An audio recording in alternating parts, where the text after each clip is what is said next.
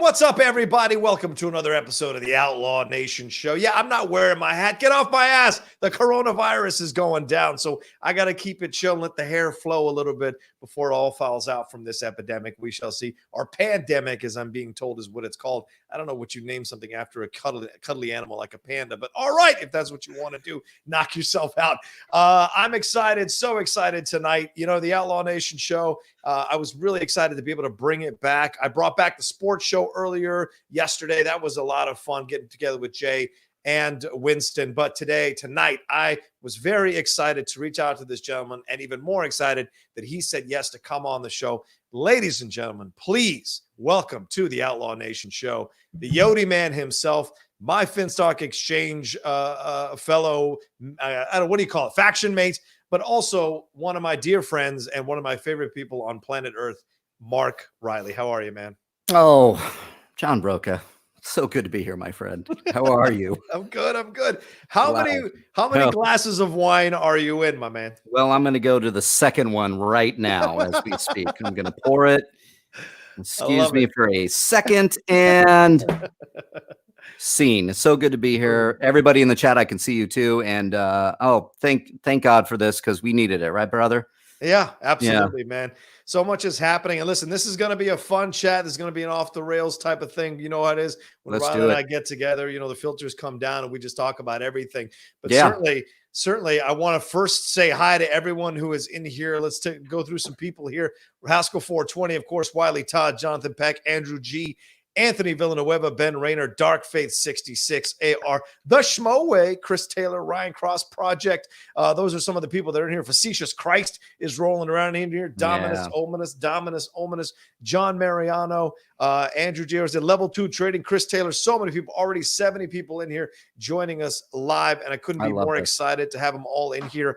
But here's the deal, and this is what the Outlaw Nation Show does differently. We bring you in live if you have a question to ask. If you're one of the patrons of one of my patrons, John Rocha patrons, you get preference over the other people, but everyone's going to get brought in. It's just that the patrons get brought in first to ask their questions, and Mark and I will answer it live on the air. You can also still send your stuff in through Streamlabs. Definitely going to look at the chat for some questions as well, and super chats as well. So it's all in play tonight. Riley and I having a little fun for a couple hours talking about everything. So let me give you an example of it right off the bat, man. Let's bring on my man, Wiley Todd, right on in with us. What's up, Wiley? Oh, look at this guy.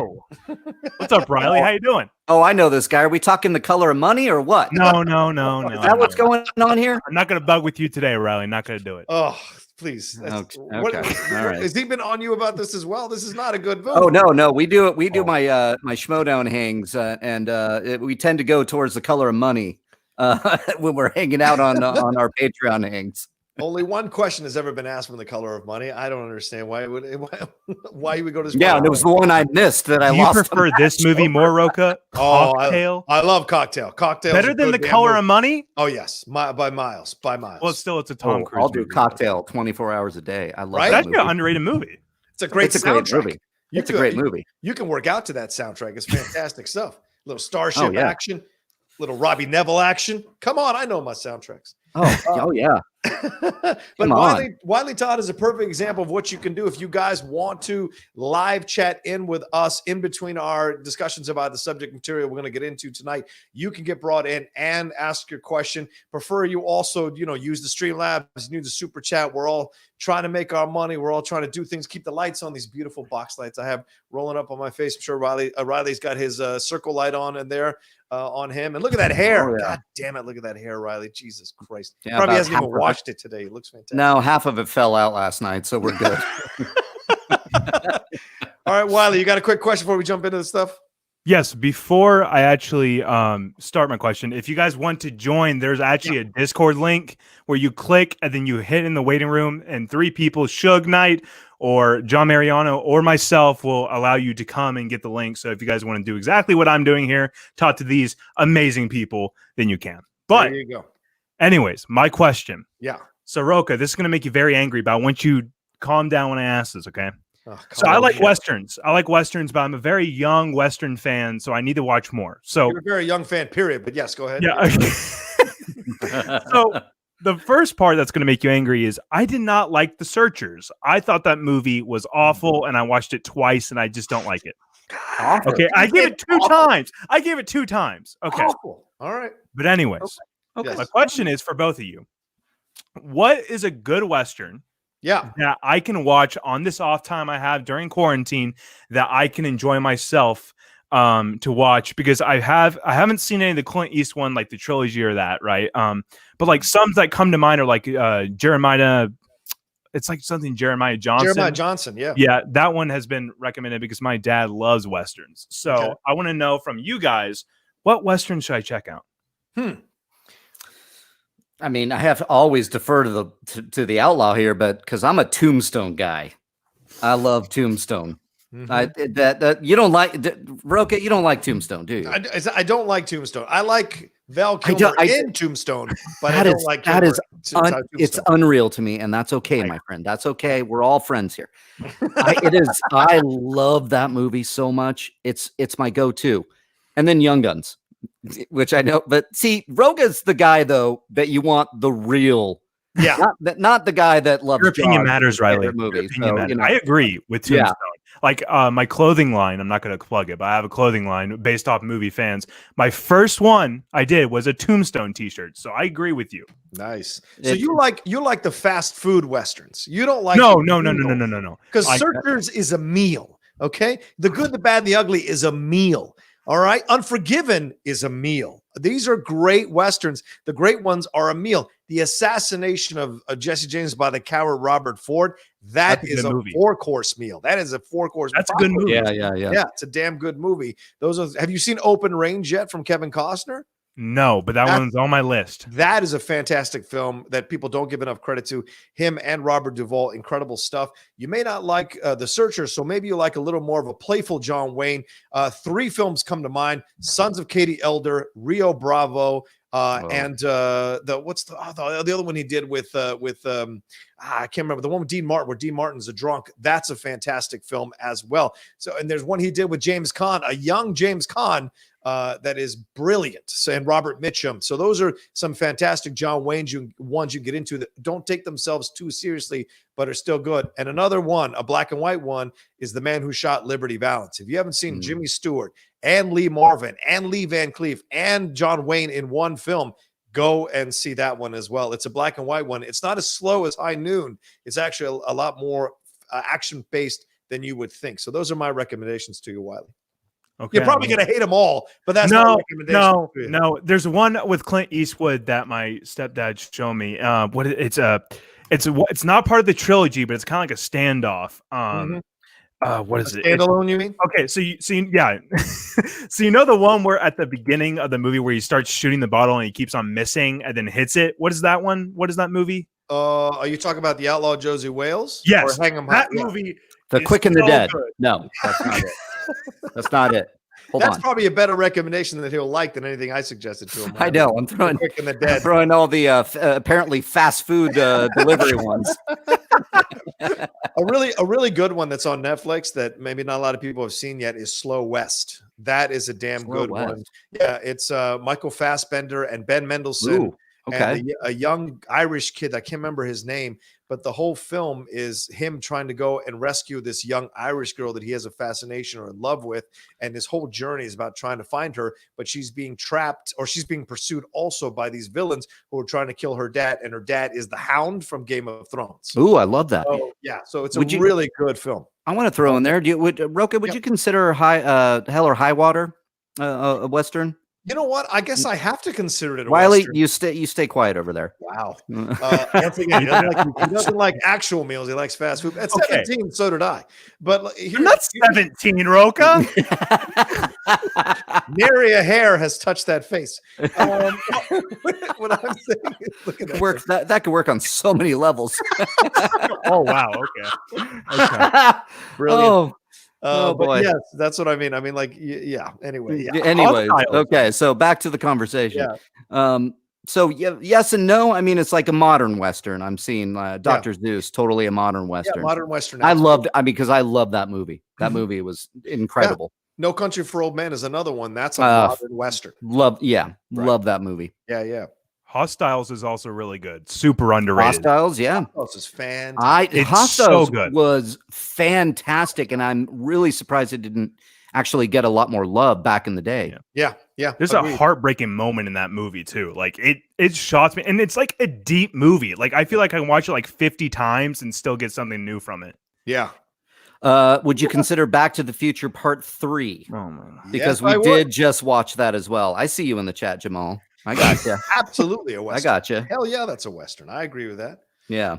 Oh, all right. Anyway, let's get Wiley out of here. We got to jump into something. So if you want to join in like Wiley did, look for the link there for the Discord. You go into the waiting room, again. We'll bring you in. So that's how it's going to work from there. Silverado, also a fantastic Western. Have you seen Silverado? Yeah, Wiley? Silverado's great. Wiley, if you haven't seen Silverado, Lawrence Kasdan, man, I'll put that down too. Yeah, start that one first. Mm-hmm. Oh, okay, that one first. Okay. Yeah, that's kind of that mix between a fast food and a nice meal. So you can go and enjoy. It's like the Chipotle of Westerns. So there you go. Oh, all right, cool. All right, respect. Thanks, Wiley. I'll talk to you soon, brother, man. Later, Wiley. All right, so Riley, let's get into this now. Let's start off and for the people who are watching and joining with us. So the wedding update. This has been for you and me. There was the race to the which quickly died. But this has been a thing for you for quite a long time. The wedding planning, all the work you did, and you jumped into it with relish because you know how much it meant to Julie, how much it means to you. You asked her by drone. It's incredible. I did. Yeah. But now this thing comes around, and what was your reaction when you got notified that the wedding needed to be postponed after all this? Dude, it was so fast. This was the fastest thing I've ever dealt with. Friday, I talked to my venue, and we were in the midst of it. We were like, okay, let's calm down. Let's assume everything's okay. And I did, and I called and I said, hey, we okay? And Lindsay, who's our wonderful coordinator over there, was like, yeah. Oh, we can't wait. All we need right now is your, final order.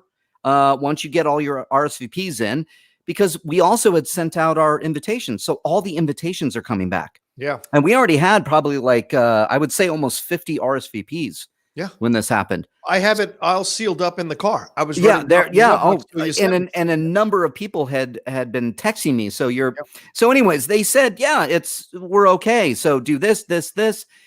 As of tomorrow, we were supposed to final walkthrough with our day of planner and our florist and all these people.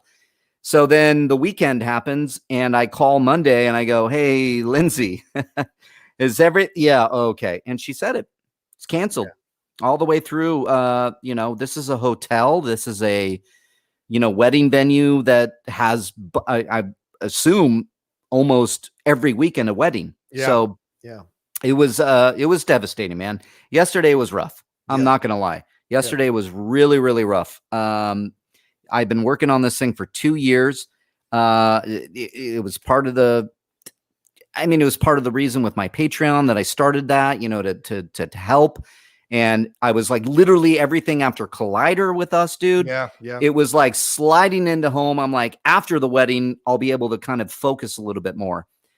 And this happens. Yeah. This is fucking life, man. Ooh, pardon. Sorry. I don't mean to curse, but if you're on this, I don't care. Yeah. So it was rough. We slept on it last night, meaning that we had 2 dates to decide by. We were going to maybe go with June. Yeah. June is a little dicey right now. I don't know if it's going to happen. The last thing I want to do is move it again. So we figured it out. We're about 6 months out, probably October we're looking at. Now we're just, here we are, man. And I'm now spending a lot of time sending emails to all of my wonderful wedding guests who need to be alerted. And we're still got an RSVP today. So, here we are. So the website is updated. So if any of my wedding invites are watching this, including you, Rocha, you can go to our wedding website and check out the announcement I had to post today. Well, so you can here definitely RSVP me, and Lindley will send it in again. Are you sending out another one? But if you're not sending out another, you can definitely take us. We're probably doing emails, man. Okay. We're just gonna we were like, yeah, it's worth the money for these invitations. And here we are. Boy, yeah, they didn't warn you for pandemic is it's not with in there. this. So yeah, it's not in there. So it's cool though. I mean, it is. I wrote it on our website. This is yet, and I'll say it here. I'll say it on my streams upcoming. You know, that we're but a small part of this bigger story. Yeah, and we're all things considered, we're okay. Yeah, considering, right? So it's something to. It sucks. It totally sucks, but. Right. It could be worse right now. So here we are. What was Julie's reaction, if you don't mind me asking? I mean, remember, this was a whole journey for her because she was waiting for you to ask, and you had to kind of go through some things for yourself to kind of put some old stuff to rest from the past. And then, you know, you asked her in such a beautiful way. She'd been looking forward. Of course, dude, it was incredible. I saw the video. She was so looking forward to, you know, being celebrated on this day. You guys have been planning for this for so long. Was there, like, how many bottles of wine were consumed? Like, what was the reaction from Julie in this? Well, well, Julie is the one that actually, she's the rock in this relationship. She went immediately into, I've never seen somebody as poised and just understanding. She was just kind of going through gathering the information needed in order to make the best decision. Yeah. So she wasn't even like, I was like, the world's ending. I'm like, oh, Jesus Christ, you know, popping wine. And she's like, all right, let's talk about this. And she was calm, you know, whereas I was in tears. She is very upset, but she's the one that's like, yeah, but this is what we have to do. This is life.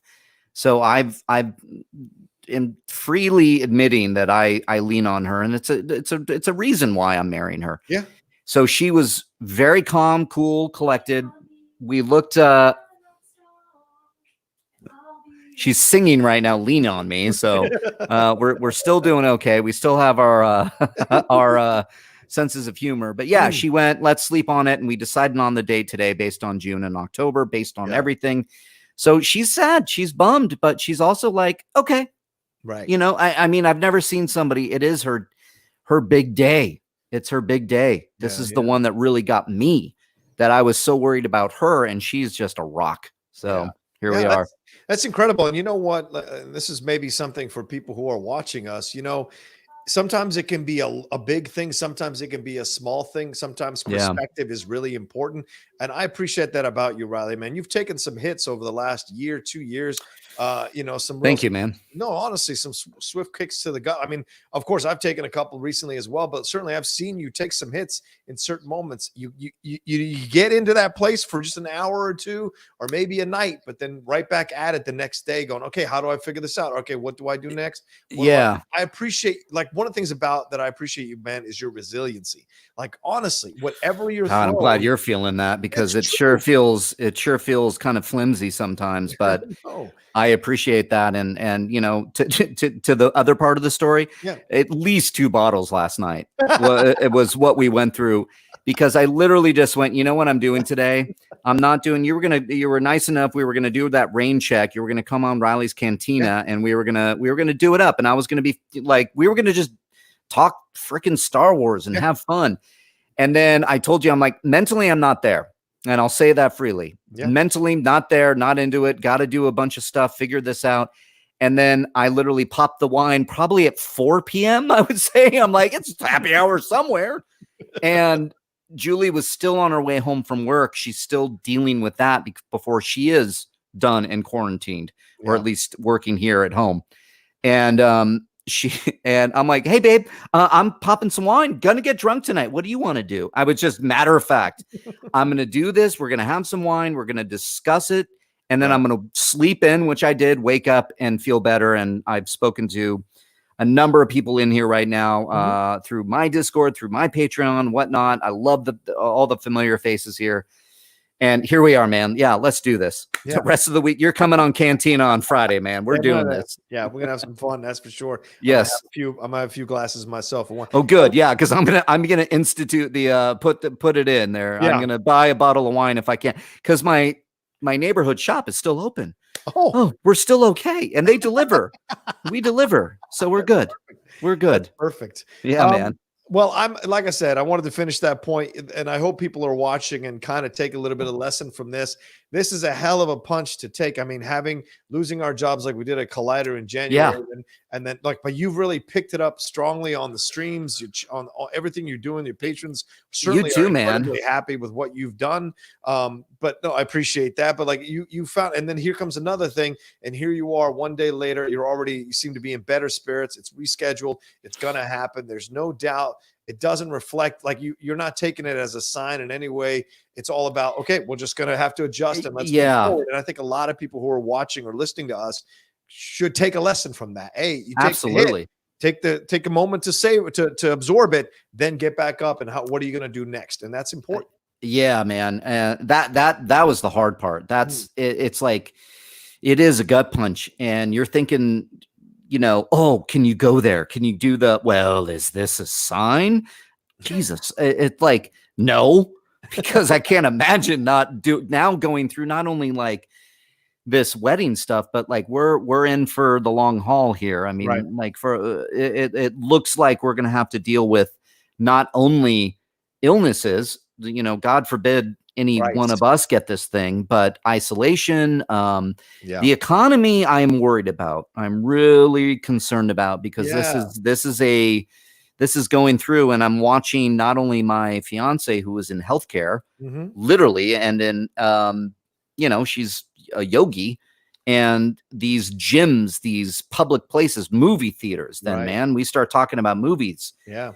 Movie theaters are closing. Airlines, nobody's getting on planes right now. There's so many people, and like last night, might have been drunkenly, but last night, nonetheless, I ordered Genghis Cohen down the street because I'm like, I just do it. Like, yeah, dude, that's great food. Get some good Chinese food delivered through this, and at least the person that delivered to me would get that tip and just get like knowing, stay safe out there. So it's a big thing right now. You got to I'm trying to do it by example, but believe me, I did cry. I did have problems. I was freaking out, and I had to have that moment of just, all right, today is today, tomorrow is tomorrow. And then tomorrow I'm doing something, you're doing something, we're moving on. That's what you got to do. Let's jump in. I want to pick up where we left off there. Let's answer one Streamlab real quick, or a couple of them here. Sean Monk says, "Hey John, how's it hanging? Love you guys both. Still not a lot of info on my AMC layoff situation. Apparently, we are going to get some info tomorrow. All stocked up and in the house, ready for my quarantine. What are your top 3 movie trilogies for a quarantine?" Ooh, that's a good question. Oh, I love that. Okay. Top 3 movie trilogies. I would have to say look, I'll go Star Trek because I know Ron's going to go Star Wars probably. I will go 2, 3, and 4. 2, 3, and 4 are fantastic. If you're going to go and do a trilogy in the middle of a franchise, that's a good one. I like the Bourne trilogy, the 1, 2, and 3. That's a fantastic trilogy overall. I don't know. What do you got?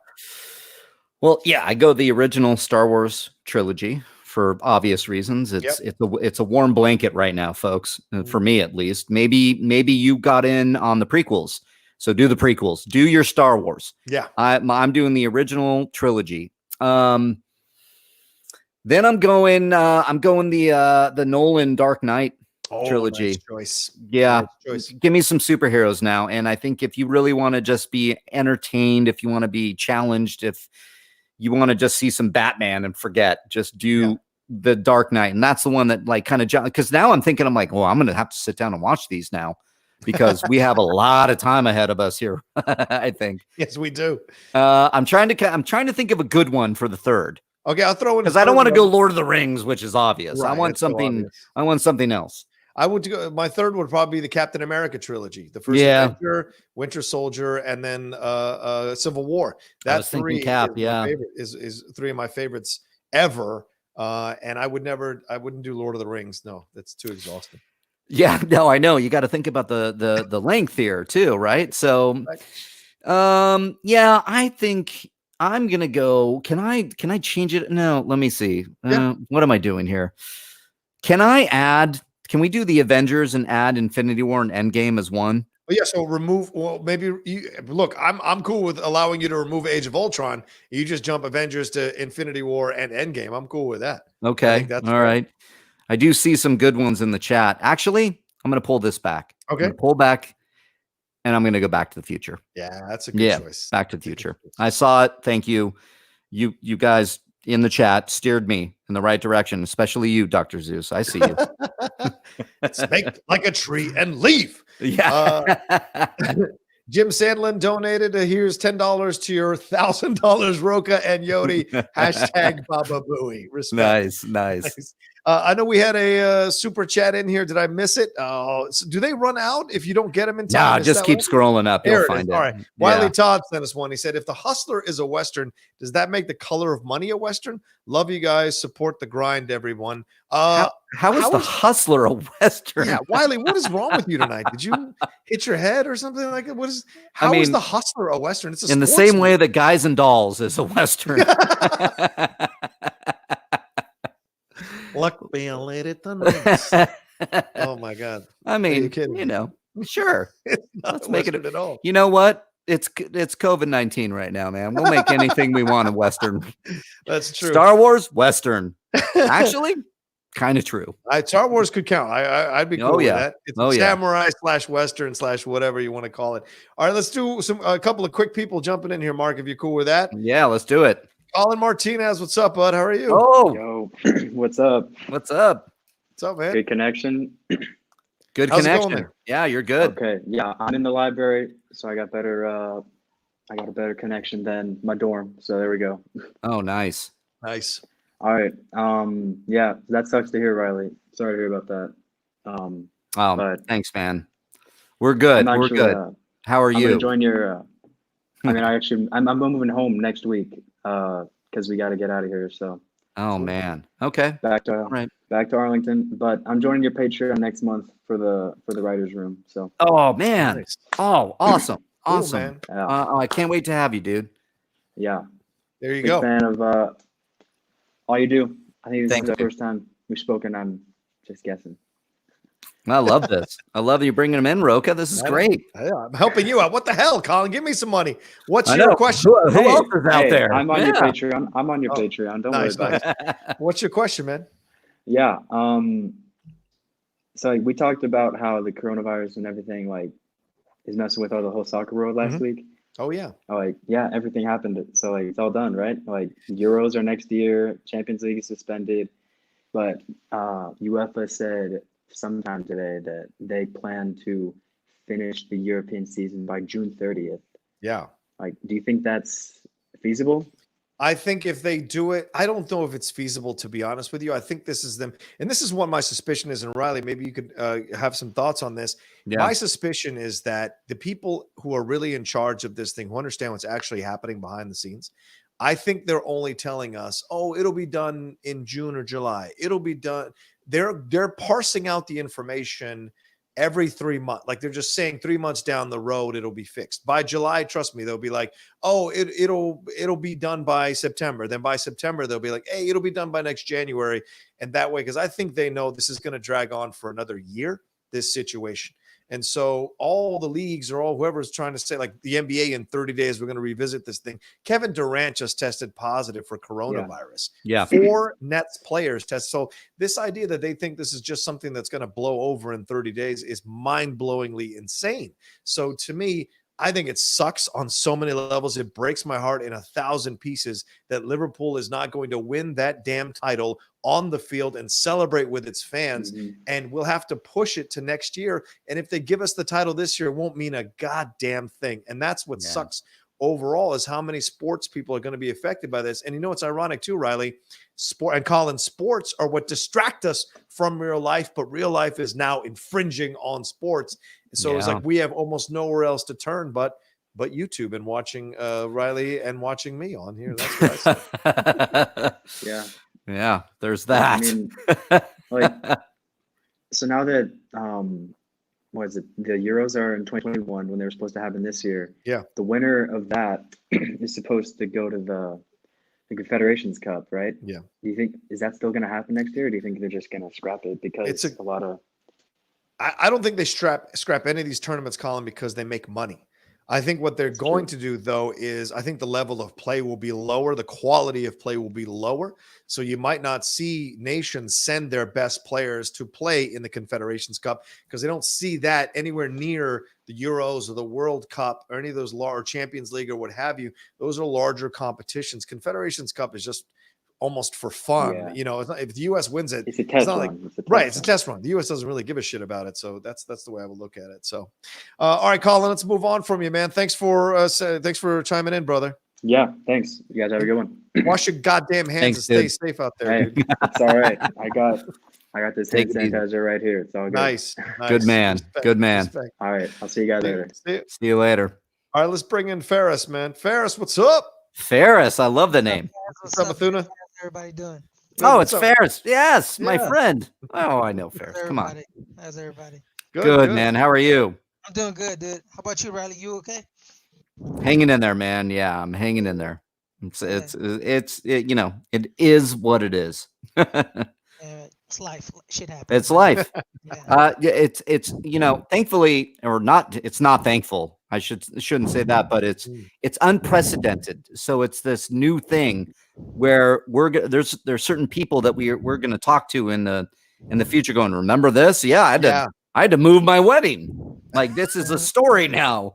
It's like, holy shit, I had to move the wedding. Yeah. So, did you remember that one year where the movie industry just completely shut down? This might be it. Yeah, there's a lot going out there. So, someone asked me the other day, do you think there'll be an Oscars? Because if all these movies get pushed, was that you, Ferris? But somebody asked, no, if all these, Bad Boys for best Oscar. Best picture. Oh my God, what is going on with these people tonight? Yeah. No, we can't do that, everybody. What's wrong with you, Ferris? I mean, I you know, John, a lot of things are wrong with me. I can admit that. A lot of things are wrong with me. I'm just trying to look at the news and be very aware of things, and it went into why we moved our wedding for 6 months. I'm hoping in 6 months we're at least able to go to a movie again. Yeah. I'm not saying that to scare people. I'm just saying that because we don't know how much is going to be affected. I'm looking at everything right now, virus aside, that everything's stopping. The ground is going to be dropping out for a lot of people. Yeah. That's scary. So let's think about it logically. Let's get back on our feet. Let's seriously, don't go to Florida beaches right now. Just kind of give it a moment. Like just a fucking moment. Sorry. Just a moment. I had to cancel my wedding.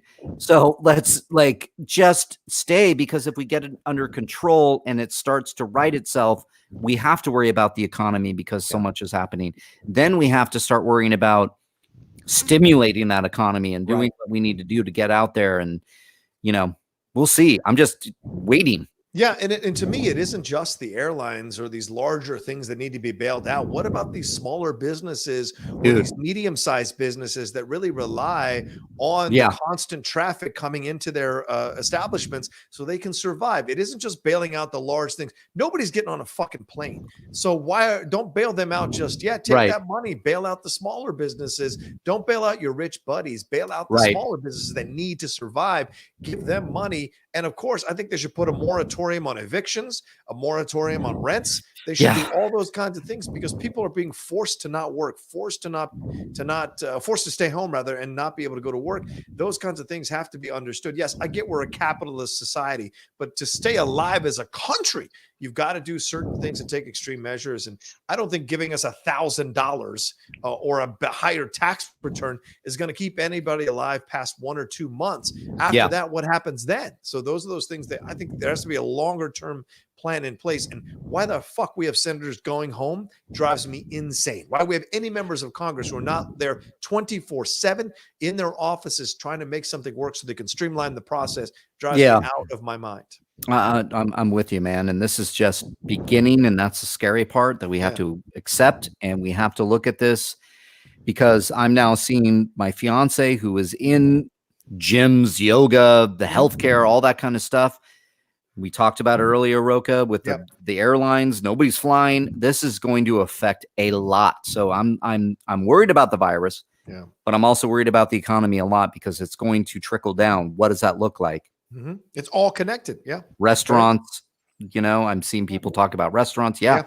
The food industry. That's why delivery. Sure. I mean, I'll do it as much as I can. Right. What do you say, Ferris? Well, yeah, it's just everything's at a standstill right now. We're just like people are being laid off left and right. Because I heard someone just told me the story that they had to fire a top chef because they can't afford the salary because they're mostly doing delivery, so they have to Oh boy. They have to cut the fat on their restaurant. And they gotta save up here and there. Yeah. And I've it's the first, like I'm 21. I've never seen this. Yeah. Yeah, like I'm here. I'm believing like it's like just a heightened sense of the flu, but then like it kept going down, and then we were making fun of it like last week, like Corona, Corona. You mean Modelo virus? And then like and then this week it hit everyone like yeah. That's well, and here's the way you look at it, now, Ferris, and to kind of piggyback on that a little bit. If Trump could spin this to his political benefit, he would. But the fact that he can't, and he has to really confront this, lets you know how serious this actually really is. He took the test finally. He took the test because he was he shook hands with the Brazilian official that tested positive for corona. So when he shook that guy's hand, he then proceeds to shake hands with the CEO of Target, Walmart, and Costco. Yeah. I like that guy sliding in with his elbow bump. He was like, "Yeah, I'm not shaking hands with you, son. We're gonna elbow bump." Man, no. But it's crazy. You're not wrong. I do have a question. All right, what's up, man? On a lighter subject, lighten it up, please. Yeah, lighten it up. Due to the fact that we have Mr. Horror himself and the horror sweaty Mark Reilly, John, I was gonna ask you do you like horror? Like, what are your horror preferences? Yeah, there's, do you have like specific movies that come to mind? I will say this. I blame Perry for this a little bit and myself, to be honest with you, because they push that narrative that I don't like horror. I like horror. You like horror, dude. I just like good horror. And so I'm not one of these people that goes and like with Westerns, like I can go see any Western, right? Not everybody can do that. So the ones who like only the best Westerns, that's what I compare myself to. I'm not going to go see every horror movie, but I will go see great horror films like The Invisible Man, which was incredible. So yeah, I'm a fan of good horror movies. I'm not a fan of the slasher and whatever in the lower rung horror movies. So for me, 1978's Halloween still stands out as one that scares the living crap out of me still. I love that movie to pieces. The Shining is phenomenal. Rosemary's Baby. The classic horror films are great. But yeah, I would throw Invisible Man recently on that pile as well. I would throw the first Saw movie even I would toss into that pile. That was really out of nowhere. So there's a number of horror films that I would toss in there that scare the hell. Session 9 is a fantastic horror film that no one talks about. And that damn film scares the hell out of me. Green Room, man. That's a horror movie. Green Room. My horror is changing over the years. I mean, I tended to gravitate towards the slasher movies, hoping for a Friday the 13th kind of lightning in the bottle, but we haven't gotten it since. But I love my horror. I do. Crawl is one of my favorite horror movies over the past, I would say 5 to 10, almost 10 years. I love that. And The Witch, the horror that is just like, I don't know. What is this? What am I watching? The Witch was just ridiculous. Yeah, The Witch is great. But I love my, I just watched it was Friday the 13th. I watched the documentary on a boy named Jason just to give me that fill of the cheesy, because I love my cheesy horror films very much. I haven't seen Session 9 though, and this is like the second time, dude, that I've heard about this in my Camp Blood streams. Yeah. I've heard many fans mentioning this, so this is great. I got to check it out. Yeah, Session 9 is one of those things you don't expect when you watch it. It will leave you shaking afterwards. Okay. Oh, see, I love that. I love to be affected by horror. Yeah. So more in line with you, but sometimes Rocha. But sometimes I'll need to watch like the cheesy horror that's just like kind of ridiculous and out there. Yeah. Yeah. All right. But Ready or Not is one of those great ones where it's like finds that balance. Agreed. John, before you're probably gonna send me out, but before you send me out, what are your thoughts on Tom Brady coming to the Fighting Cody Halls of the National Football Oh League. yeah, that Dude, was gonna. Rocha, can you believe that? Yeah. That's gonna be our next topic. So yeah, we should probably talk about it. Yeah, Even that. Oh my Lord. but I'll tell you this, the coronavirus is so insane and it's consuming everybody right now mentally. This was like a blip on the radar. This would have been the story of the day. But so many people are caught up with this and figuring out what's going to happen next. Like somebody just commented or super chatted in and said that Nevada has shut down all gambling for 30 days starting at midnight tonight. Jake Yacovetta just sent in that Streamlabs to say that. So that lets you know how serious this is. So I will say this. Initially, I was like, I don't give two shits where this rich white boy goes to play. But that being said, you want to stay mentally in the place where you can have the distractions. So to me, I'm so surprised by this, but I think it's also timing. There weren't a lot of quarterback options out there for him to go, a lot of teams for him to go. The Tampa Bay Buccaneers have a strong defense. They got a good running back. I don't know about those receivers. Mike Evans is a good receiver, certainly, but was this what's his name? The quarterback, was it his issue or was it something else? We're going to see what Tom Brady can do with Bruce Arians. It's an interesting choice. It's also a warm weather place. He's a 42-year-old quarterback. It's a smart move. Good point, overall. dude. So yeah, I agree with his decision. He could have gone to San Francisco, but right now San Francisco is like right next to Seattle is like patient zero for the coronavirus. So it wouldn't have made sense for him to go there. And certainly he's not going to go to Indianapolis. So those right. So it just is a matter of like there were only so many available teams for him to go be a quarterback at, and why not go to Tampa Bay, see what you can do, So we'll see. Yeah, I mean, I just like that was a biggie with me. I was like, oh, Tampa, whoa, that's. I sent it to my brother. My brother's a big Patriots fan. All he just responded with no, with like a bunch of O's. And I'm like, yeah, I guess he's taking this well. And I just like Steve Carell. No, it's pretty crazy. Yeah. But I think just as crazy is like Indianapolis going with Phillip Rivers. Yeah. I'm like, okay, so your quarterback you had was like average or below average. And Phillip Rivers now is average, below average, but you're paying Phillip more than you paid the other guy, right? For below average play, right. So why don't you just do the cheaper option? That's the same as the original. Like I thought this. Like I'm like, I'll give the GM a pass on this one because he's usually like Chris Ballard. He's usually a great GM. He's very good. He found those Darius Leonard in the third round out of like South Carolina State. So I was like, okay, I'll let him have this one. But like this decision, I'm like, yeah. Well, yeah, we'll see, Ferris. Well, appreciate the call, man. Appreciate you chiming in, brother. Good talking to you. Good to see you, Ferris. Take care, bro. All right, makes some interesting points here. Riley, yeah, man. What was your reaction when you heard about the Tom Brady? Were you going out of your mind? Yeah, I mean, there's so many things over the past 24 hours. I was like today, I forgot was St. Patrick's Day. Yeah. I'm like, oh yeah, that's right.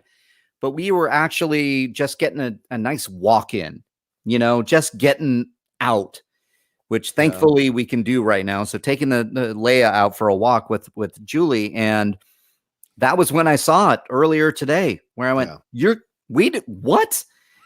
So I didn't know. I mean, I thought I saw the one thing that I saw was a Colin Cowherd thing where he was like announces and, everything feels like 24 hours between like news cycles. Yeah. So it felt like it was last week that I saw he's just leaving the Patriots and it's going to be the future is uncertain right now. And I remember my football future will be TBD. Right. So I thought, oh, he's going to retire. That was just like fleeting because I haven't been, you said it, like the news cycle, dude. We're all looking at wherever you get your news about COVID-19. Yeah. And so this was like, then I saw the Tampa Bay and I went, Tampa Bay? And then I saw Cody Hall's tweet and I laughed my ass off. Because Cody Hall needs some good news right now. I should have found everything a way to get Cody on. Yeah, I know. Cody just like, not that he needs good news, but in the football world, I mean, he's been a Tampa Bay Buccaneers fan for God knows how long. Yeah, and they've suffered a lot. Yeah, I mean, they had that one Super Bowl appearance where Matrix Reloaded did their Super Bowl commercial, but that's about it. Well, let's run through some quick super chats and Streamlabs. We'll get back into people. Carlos Canejo says airlines are going to be mega effed after all of this. Maybe. We'll see. Haskell 420 says, imagine if the Astros got banned from the playoffs this year. Yeah, right. I guess so. It would be interesting. And Will Watson, let's bring him in here. He said, Horseman, you both are awesome. Stay safe. Riley, this will end up in an even better wedding for you. Sending much love to you both from the Wheelman. Hell yeah. Oh, the Wheelman, my friend. Thank you. Thank you, Will.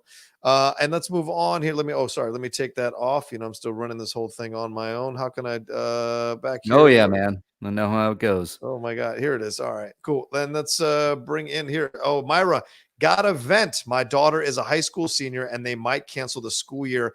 I know it may seem selfish, but all those senior experiences are gone. Wow, I hadn't thought about that. Yeah. How many of those, Riley, decorate our lives that senior year? The prom, that bumps me out a lot. Graduation, We do not know the extent of this thing, and that bums me out. Mara, I am sorry because we have our memories, I'm sure, and you don't think about. I mean, it's like this domino effect. Like, what is going to be affected? Right. Here's just one example. When I was talking about my wedding, like the bigger story here, we're just a part of it. Now, Mara, you're talking about your daughter. That's a part of that, and we're all in this now. Yeah. And it sucks. I'm so sorry to hear that. Yeah, sorry to hear that too. I mean, I hadn't even thought about these high school seniors that might be experiencing this for the first time too, like missing out on that. That's massive. My gosh. All right, let's move on to some Streamlabs here. As I said, Jake Yakovez sending his thing about Nevada. Locksmith 92. Hey, John and Riley, was tempted to join via StreamYards, but social anxiety is real. Big fan of both yours and hope all is well. Thank you, Locksmith, and don't sweat it. Totally understood. John, I know you watched Hunters and was hoping we could get your thoughts on the series. I loved it, but I know it got a lot of hate. I loved it. That's all I can tell you, and I'm going to do a review of it as well. Hunters? Coming up. Yeah, Hunters. I want to finish. Yeah, I enjoyed it. We started with the first episode, but it's a lot. A little bit. It's a lot. Yeah, that hour and a half. The Sorry. Schmoe, after catching up with the IG controversy on Backstage, I was wondering, what would you think if geek movies make their way more prominently into regular categories? For example, Logan in Westerns, Batman in Tim Burton, Winter Soldier in spy movies. What do you think about that, Riley?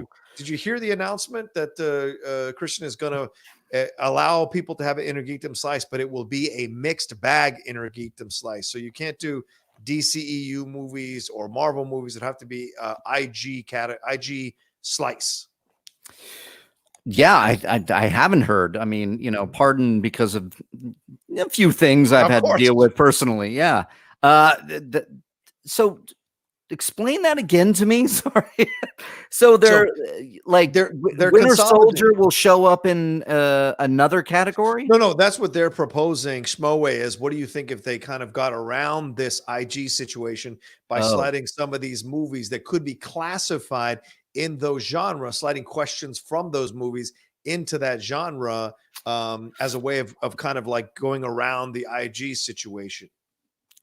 Listen, I love, if we're using Winter Soldier as an example here, and we say political thriller or spy movie with whatever, I think it goes past the biggest goalpost, which is it's a superhero movie, period. So no, I wouldn't want to put, if there's a spy movie or political thriller or something and Captain America pops up in there, if that's what we're talking about, I wouldn't want that.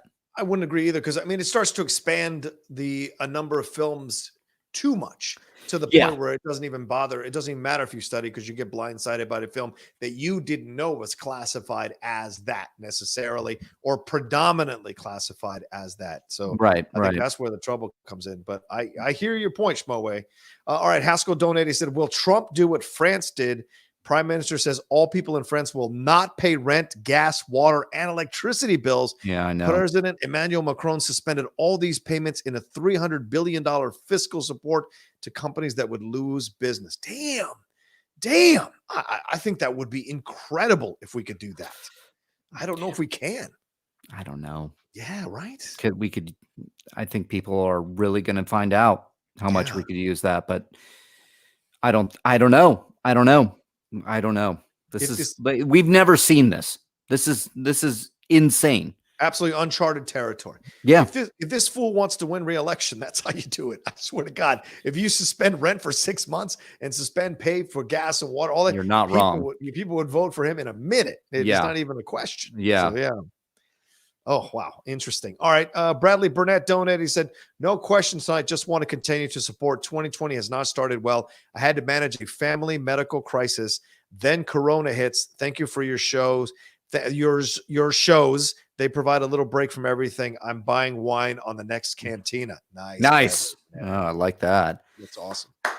We'll need it. We'll need it. Oh, God, we'll need it. Hey, babe, have we opened that wine yet? JJ Winward says, hey, y'all, sucks I had to cancel my birthday trip to LA for the free-for-all, but at least the platform comes out on Netflix on Friday. This is Riley's second. Watch the platform. Yeah. Watch the platform. I'm going to watch it again. If it's finally coming on Netflix because it was purchased, I believe, at TIFF last year. Okay. In 2019, and it said it was coming 2020. We haven't gotten it yet, but now it's, from what I understand, they're going to release everything now. Oh, yeah. I mean, I got Rise of Skywalker early on VOD. I'm like, man, let's do it. But so yeah, watch the platform. It's fantastic. It's fantastic. He's asking further, Outlaw, is the current situation going to affect top 10 at all? Love y'all. Stay safe. I can finally convince Matt to record the top 10 remotely. So we're doing that remotely. Good. Just like what you see Riley and I doing here on the StreamYard. I'm going to do that with the Geek Buddies and with top 10. And then Steve and I will still record regular for Cinephiles, but we'll be doing more live streams. We just did a 37-minute video on the coronavirus stuff. If you want to go to the Cinephiles YouTube channel, you can go watch it there. So that's how we're kind of like generating content in a way where we can't be in the same room because of the social distancing stuff. So that's how we're going to do it. Right. Facetious Christ Donny said, if you got the funds, someone suggested buying gift cards from your local restaurants, places of business to keep them afloat for now and use them at a later date. Good idea. Certainly good idea. And Andrew Hale Donor said, Rocha and Riley, what's your weapon of choice for a zombie apocalypse? Riley. Oh, God. I want a katana sword. I mean, can I have if we're playing with Monopoly money, can I have a lightsaber? Because that's what I want. I want that. I want my arm cut off so I can attach a chainsaw to it. A la good man. Ash. Oh yeah, that's what I would do. Yeah, that's how I would do that. I think we'd be okay with your chainsaw arm and my lightsaber. I think katana. Or katana. I think the Finstock Exchange would be just fine in the post. Yeah, we'll be fine too. I mean, if it's a zombie apocalypse where we just have to answer questions, I think we'll be okay. We'll be good to go. All right, let's jump into some of these live ones. Are you good to go with that? Let's do it. Yeah, okay. Let's do it. Malcolm, what's up, dude? Not much. How you doing, man? I'm doing pretty good. Like over in New Zealand, it's not as bad as like states and all that. Like our Prime Minister sort of stopped outside visitors have to self-isolate or they just have to leave if they come in. But it's like we've only got 20 confirmed cases at the moment, which could rise. So yeah. But I mean, to move away from coronavirus, but what the question I wanted to ask you is, what are some of your favorite sort of movie remakes that are out there? Ooh, good question. Ooh, that's a good one. I would have to say True Grit's one of my favorites. True Grit's great. Yeah, True Grit is up there. If we're sticking in horror, and you just said it, Rocha, Evil Dead is a great horror remake. It's really good. I love that movie so much. So that's one that I would recommend. Is that the one with Jane Levy? Jane Levy, yeah. And Fede Alvarez, who did Don't Breathe. That's the movie that got him kind of like, look at him. All right, we got ourselves a horror director. Okay. Look at you. Look at you. Yeah, exactly. So I'd recommend that. The Departed is considered a remake, right? Yeah, love The Departed. I would say The Thing, because you had that 50s one.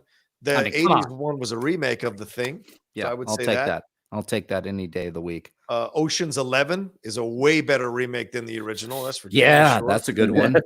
Yeah. Birdcage. That's I love the Birdcage. Yeah, I would throw that in there. Mm-hmm.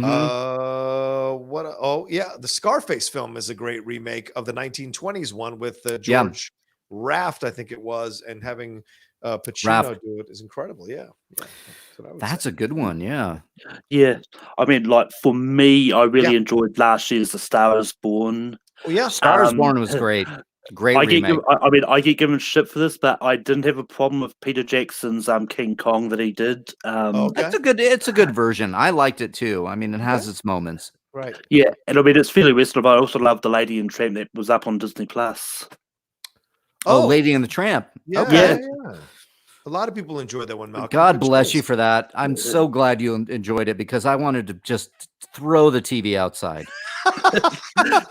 I did. I'm sorry, but see, that's the point, and that's what we all have to do is love these movies that they're putting out there. Because if somebody enjoys them, then that's what we want. You know, that's the best thing.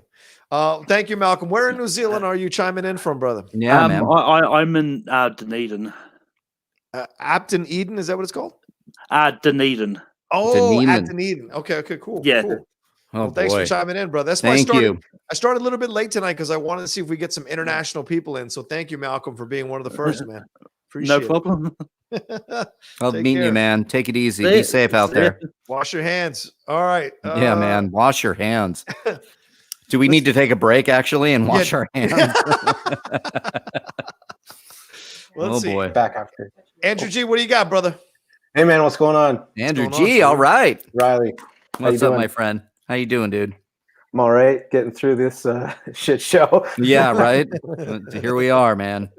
We're all together. It's been pretty crazy. Busy day trying to get set up so I can work from home. Luckily, the studio I work for has sent all our computers home with us. So that's good. But then we got to set all this stuff up online and nothing's working, of course. Of course. Yeah. What do you do, man? Can you want me to ask? I work at an animation studio in Ottawa. Holy shit. Wow. That's awesome, dude. Very cool. A bunch of TV shows and stuff. Right on. Good. Well, you can keep that good. That means the TV shows are still going for now at least. Yeah. They're trying to keep us busy and employed while this is going on. Yeah, that's my concern. We do need to, wherever we can, I think, help as much as possible, stimulate every kind of area, if you will. And I'm glad, and I hope that you continue to work from home and that these projects keep moving forward. Yeah, me too, man. It's kind of slow already, anyways. But there's enough coming in for us to do in the studio. So, you know, now that they got us all getting set up this week to go at home, we'll see how that goes. I guess because everything's closed up here pretty much at this point. Right. You know, it's I think it's pretty much. Down there too, it's just like restaurants are just doing takeout and just grocery stores and pharmacies are open. Right. That's pretty much what it is like up here. Yeah, I mean they're trying to do that here for the most part. But today I went to El Segundo and had a bagel sandwich, and there were 10 people out on the tables. So they weren't necessarily practicing the social distancing. Now you couldn't sit inside the establishment, but you could sit outside at these tables. So it was weird how they were kind of going around the rule or what had been told. So I think there's just a lot of these people too. It's just like, what are you guys not understanding what's going on? Like, you don't see what's going on out here? Like, this is not good. Like, you're supposed to stay home, go and get your food and go home. Right. And stay home. Don't go outside. Go home. It's over. Yeah. Go home. You're still here? Go home. That's I feel like walking on the Florida beaches. You're still here? Go home. Oh my God. What are they doing? Oh, up here. I saw that. There's all these college students all weekend partying for St. Patrick's Day. And in the videos of the interviews with them, they're all like, oh, I'm not worried about it. One girl said she had a compromised immune system and she wasn't worried about it. I was like, you're going to be the first one. Yeah. Was that the same video where she's like, don't worry, I self-medicate? I'm like, probably, yeah. All right. Good luck to you. Good luck to you. Rocha, it's like the other thing where all of a sudden just a lion out of nowhere thinning the herd. I don't think that means what you think it means. Self-medicate. Yep, you keep saying that phrase. No, I don't think you think it means the same thing. Well, what's your question for us, Andrew? Well, I saw on the thing it said Star Wars future, so I was like, I can talk about Star Wars. What do you want to ask? Yeah, let's talk about it. I've watched Rise of Skywalker pretty much all weekend because there's like nothing much to do. So wow, good, you watched it over and over and over again. I was like, it's because I think I mentioned this on the video maybe a week or two ago or something in a Streamlabs. It's one of those movies where it's like I can watch it again and again because I don't think it's very good, but I enjoy it, and I like to imagine a better movie as I'm watching it, and I'm wondering like what the fuck happened. And I actually got the book today, so I started reading the book because I'm curious to like the scene with the something break. Is she okay? Your wine.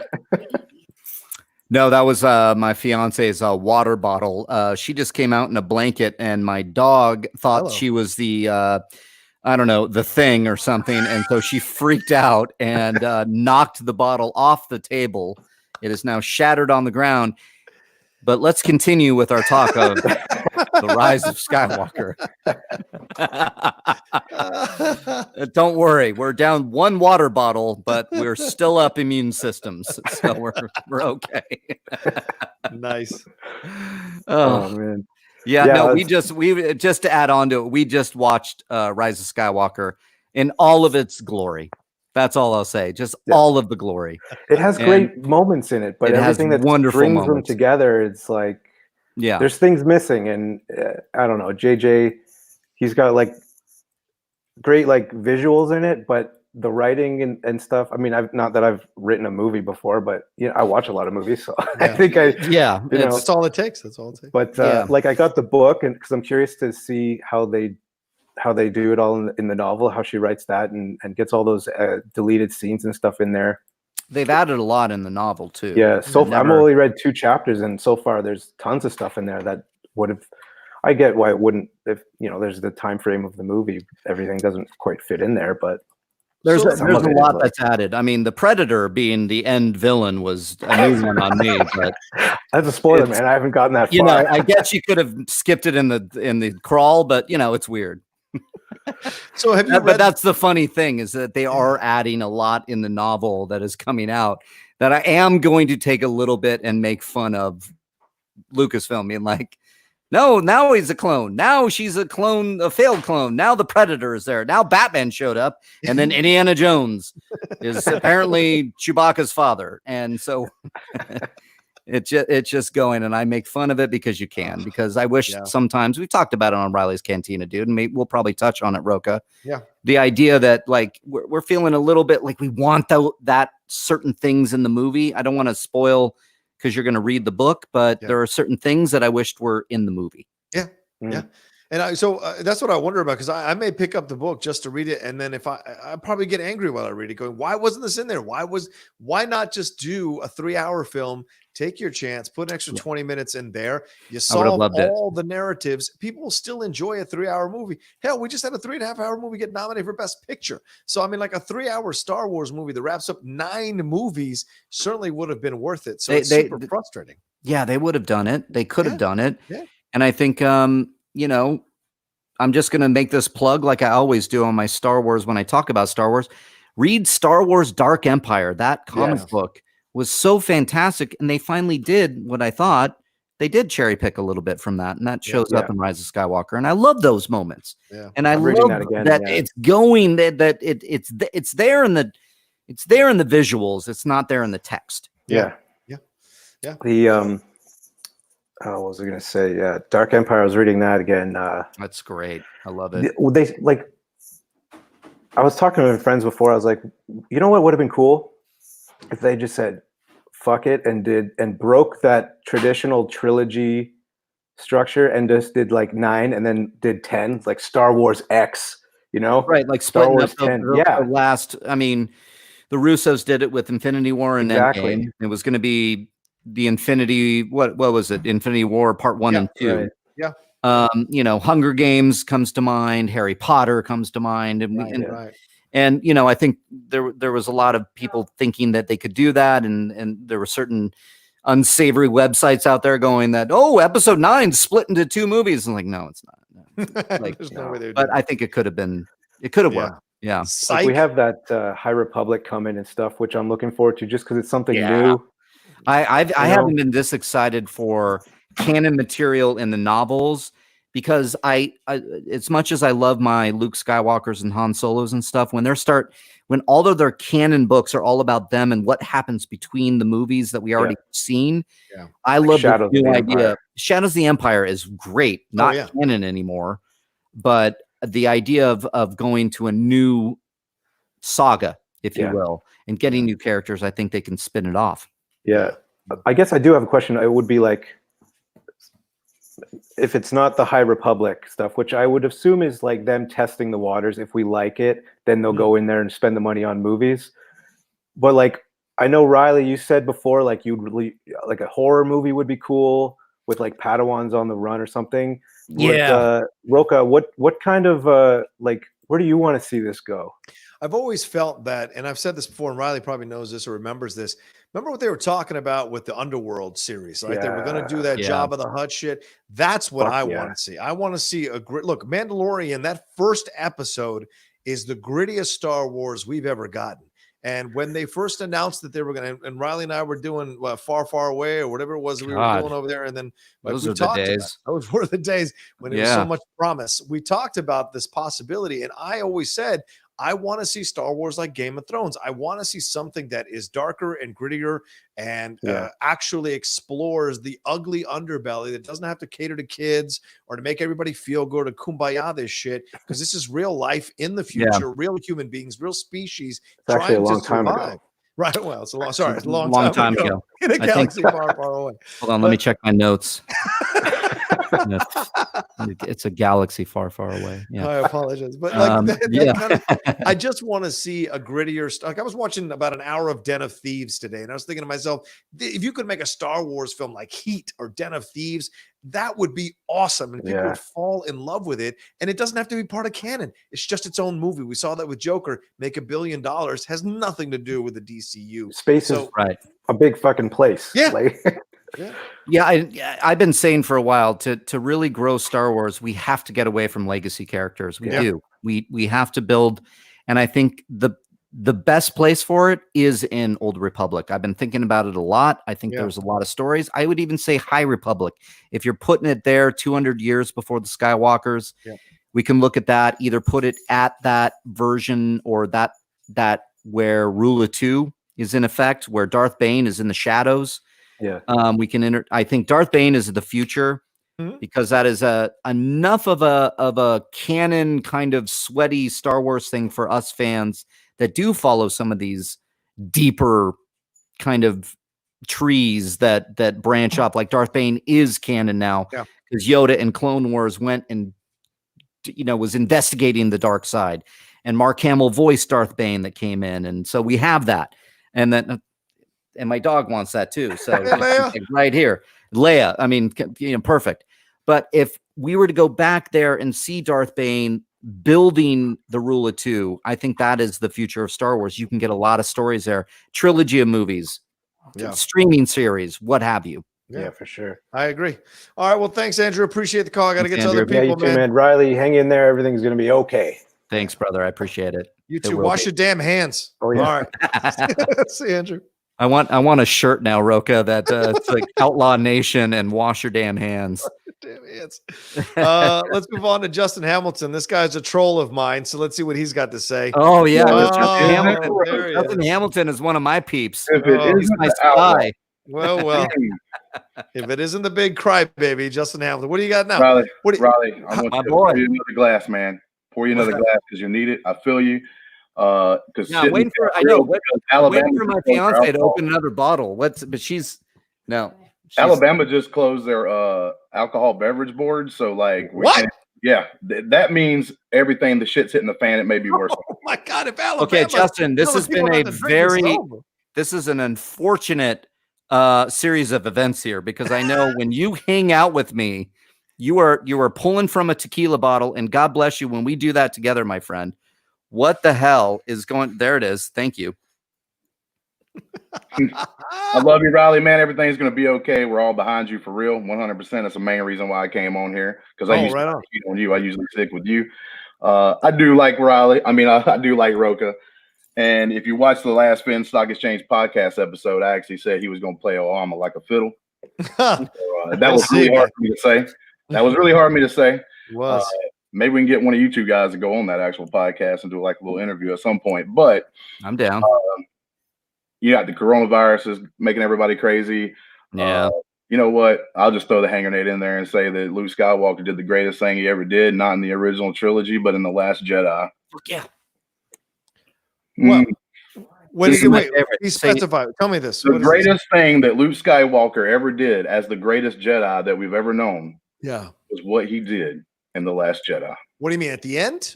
Or do you mean the whole thing? Oh, yeah. The whole thing. The lessons he learned, what he did at the end to sacrifice himself for everybody.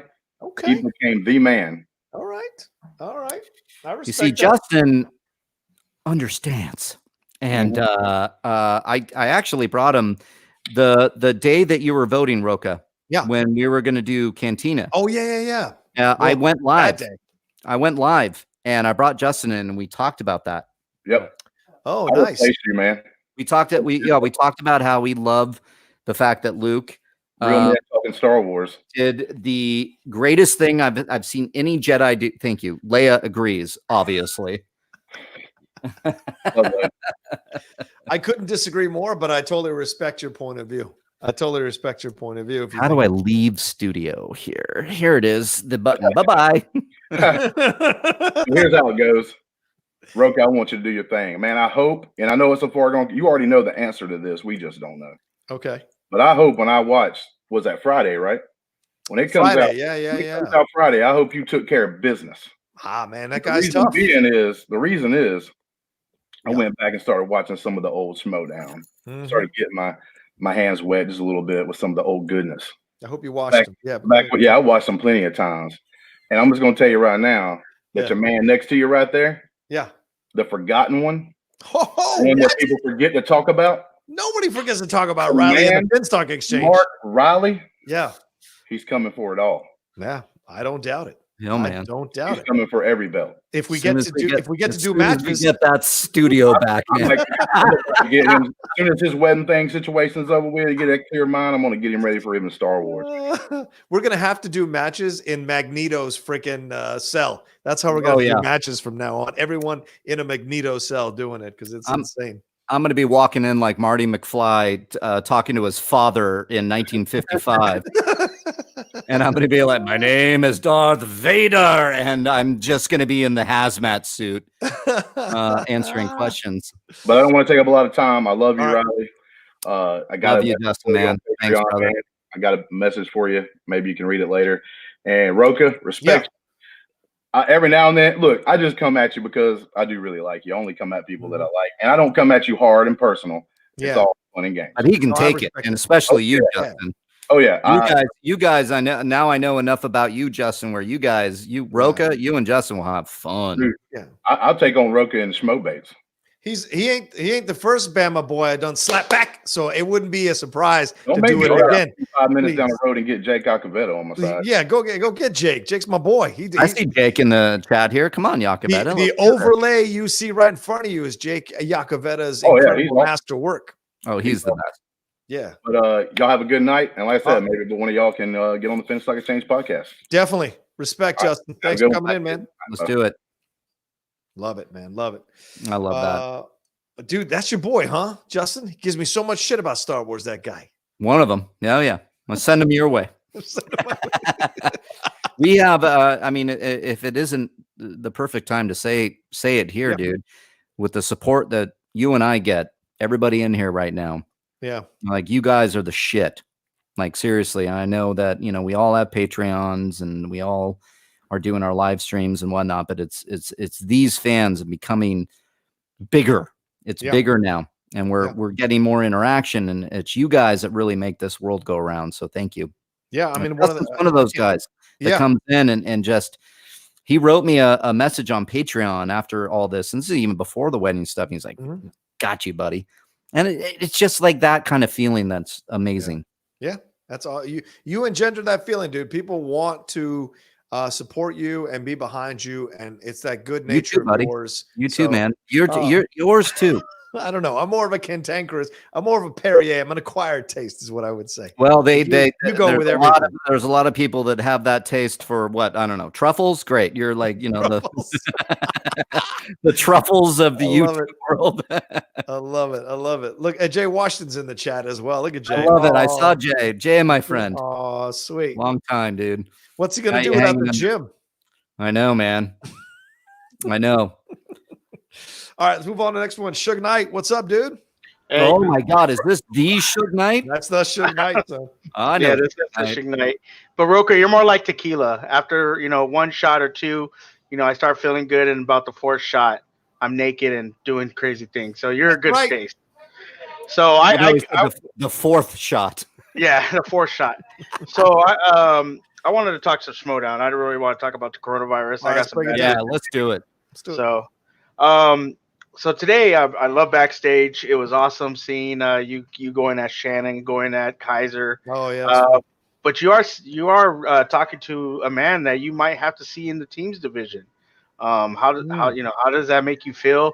And Reilly, who's the boss? You got all these young new teams coming up. The Pride, who I think is going to be a future champion. You got you got Deep 13. You got the Experiment that I think they're really underrated. But like John says, they're the new flavor of the month. Yeah. We don't know if they're going to be good down the line, if it's just a one-shot thing. Right. But as first off with teams, like how do you guys feel, especially John, you being the champion that you are, and Reilly wanted to come for that championship? I respect that. I love Mark Reilly to pieces. And to be across the table from him again as we battle, I think that'll be one of the most fun.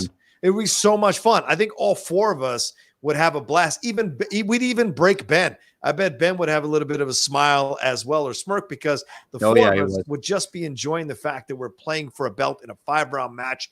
And we finally came to fruition that Who's the Boss is taking on the Founding Fathers to see what we can do. We got to handle our business against corruption first before we can think about it. But I would love to have a situation where we play Reilly again, because it's been too long. Reilly and I haven't played in quite some time. So, dude, it's been a while. That Christmas match on the Patreon thing doesn't count. Doesn't count. When we did go to the last question, by the way. Yeah, no, the corruption match is big, and like you said today, John, that you guys know each other. You guys are, Ali Frazier. You guys played for each other 4 times. You know what you're going to do. There's no hiding it. Yeah. Especially now that Christian made the announcement about the IG slice, so that's going to be on there, possibly, and so you can't hide anything.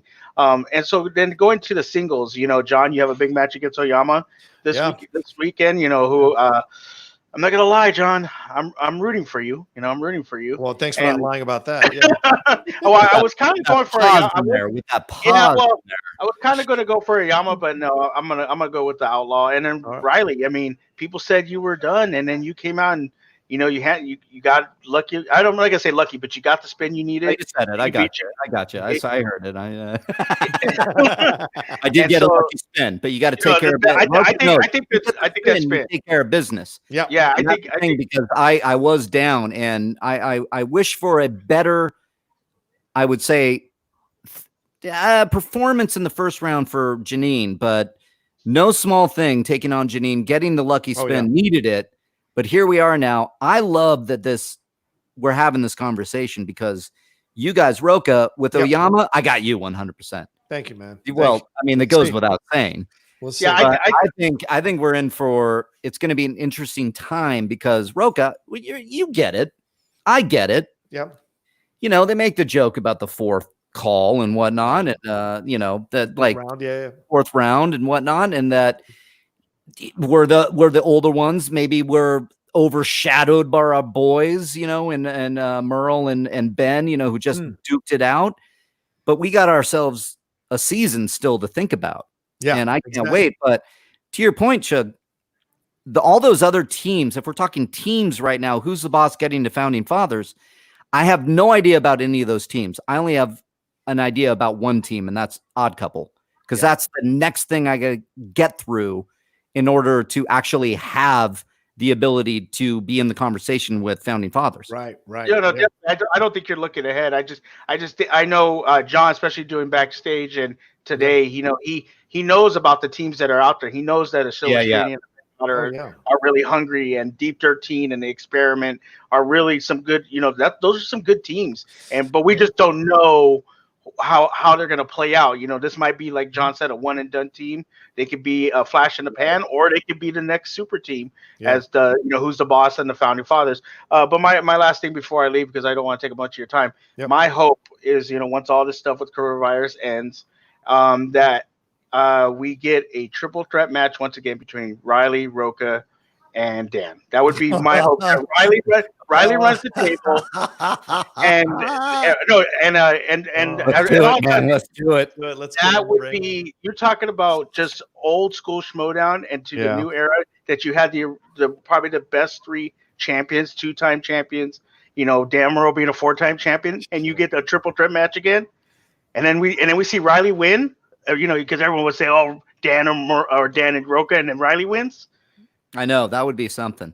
I don't know. Leia comes out of the crowd and jumps on Reilly. There's nothing else going on, man. My wedding's canceled. I'm taking everybody out in the Schmoedown. This is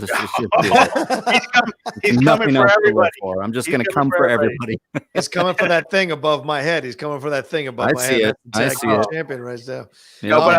Thank you for having me on. I really appreciate it, John. You guys are great. You guys are awesome. You're Riley, great. We're here to support you, and we're here for you if you need anything. And we'll be definitely in your streams and supporting you on Patreon. And everybody support John too. Make sure you do is whatever you can to support, and we'll definitely be there for both of you guys. Really appreciate it, man. Appreciate you saying that. Thanks, you guys. Have a good night. Thank you. You too. Shug. Thanks for helping out as well, getting people up in here, Shug. So thanks so much for that, brother, man. Yeah, man. He's the best. That was awesome. Wouldn't that be fun, Rocha? Me and you and Dan and Ben. Dude. Get a little of the action of Ben and Merle rematch, me and you rematch. I mean, that's a match right there. All around the board, it'd be a Ben and Dan rematch, me and Ben rematch, me and you rematch, me and Merle rematch. Yeah, I mean, it would just be great, dude. I think it will happen because, like, one, I don't know how it's going to work out. We gotta still figure out the odd couple. We can get through them, and I know you can beat corruption. Well, we have beaten them. We'll see. You have beaten them, dude. Who's the boss has beaten them? Yeah. So come on, man. Do it, and then we'll revisit this probably in 2025. Yeah, we can finally do this again. Absolutely. Let me run through some quick Streamlabs, and then we'll jump into some more people here. Let's see. Brendan Gallagher donated. He said, "Love you guys. Y'all are great. Everybody stay safe and avoid panic. Watch out and help your friends, family, and neighbors in this time of uncertainty. But have y'all watched The Void, a great practical effects horror movie?" No, I have not. Have you? The Void. Yeah, no, I haven't seen it. I've heard of it. I don't think I have. Okay. Yeah. Gotta put it on the list. Yeah, put it on the list. JJ Winward, what dost thou want? Wouldst thou like the taste of butter, a pretty dress? Wouldst thou like to live deliciously? I have no idea what that means. Okay. Any low on my Shakespeare? I think it's Shakespeare, or it could be. I don't know. Butter stood out to me. I would like to make a butter something. I mean, Jesus, my wedding was canceled. Butter. It's like, Jeff Goldblum, when I saw him at Rite Aid, I'm here. I think I'm at Rite Aid, and we're off. Life finds a way. True story. I know. I love that story. True story. Movie Fanobi donated. He says, "Hey, John, Mark, just want to say hello. I was staged for possible chat, but alas, family and the world ending and all. Anyway, you guys are great. We will survive. Stay safe. Love to video. Drew and Janine was wearing her It t-shirt. You have great mods." Thank you, Movie Fanobi. Appreciate that. Yeah, they're very kind. Sorry you couldn't get through, man. It's there's a lot of people who want to come and talk to me and Riley, so I appreciate that situation. Yeah. I blame gravity. Nowadays, everybody want to talk like they got something to say, but nothing comes out of their mouth when they move their lips. Just a bunch of gibberish, and motherfuckers act like they forgot about Riley. Little Eminem shout out for you, bro. I respect that. I love it. Let me tell you something. I'm gonna take a second. Let me tell you something about this man, Mark Reilly. Let me tell you So oh boy, here we go. Don't you doubt this son of a bitch in a war for the Schmoedown. Okay. You know, man. Stumbled in that first round against Janine. We all showed up in that second round. I rolled right in. We all rolled right in. We were like, don't you fucking quit. And Reilly turned it on and took care of business. And I remember looking at you guys. You're all were out there. Yeah. And I had that moment and I looked and I saw you and I saw Dan and I saw and Finstock, of course. And I went Barbarian. And the Barbarian. And I went, just and that's the deal. I went, all right. Just let me spin this wheel. See what I get here. Lands on horn and go. Let's go. Let's go. Let's go. And that's the deal, man. You never count out Mark Reilly. People will count out Mark Reilly. I didn't go to multiple choice. Yeah. That's right. He's the man. Trust me. Mike in the chat. Oh yeah, it is. My wine glass always empty. Sign of a good time, my friend. It's true. It's true. Yeah. One last one. JJ Woodward is saying the "Wouldst thou" quote I sent was the best part of The Witch. Come on, guys. There was butter in The Witch. All right, respect. Shakespeare, The Witch. Yes, that's right. I wish I was up on my witch trivia, but that's a good one. Yeah. Well, I wish I was too. I would have beaten Jeff Snyder. Black Phillip. Anyway, Justin Hamilton, take this $1, Rocha. But Reilly, your Patreon people are going to have a training regimen waiting for you as soon as you're ready. Because Reilly, just as Chewy and Han said they were home, that belt is coming home to the shoulder it belongs. I respect that, Justin. Nice. Thanks. $1, take your $1 back, Bama boy. Give me something else. Patman11 says, I earn more than $1, son. Love the both of you who in the Schmoedown would you want to be on an unlikely team with? Ooh, that's a good question.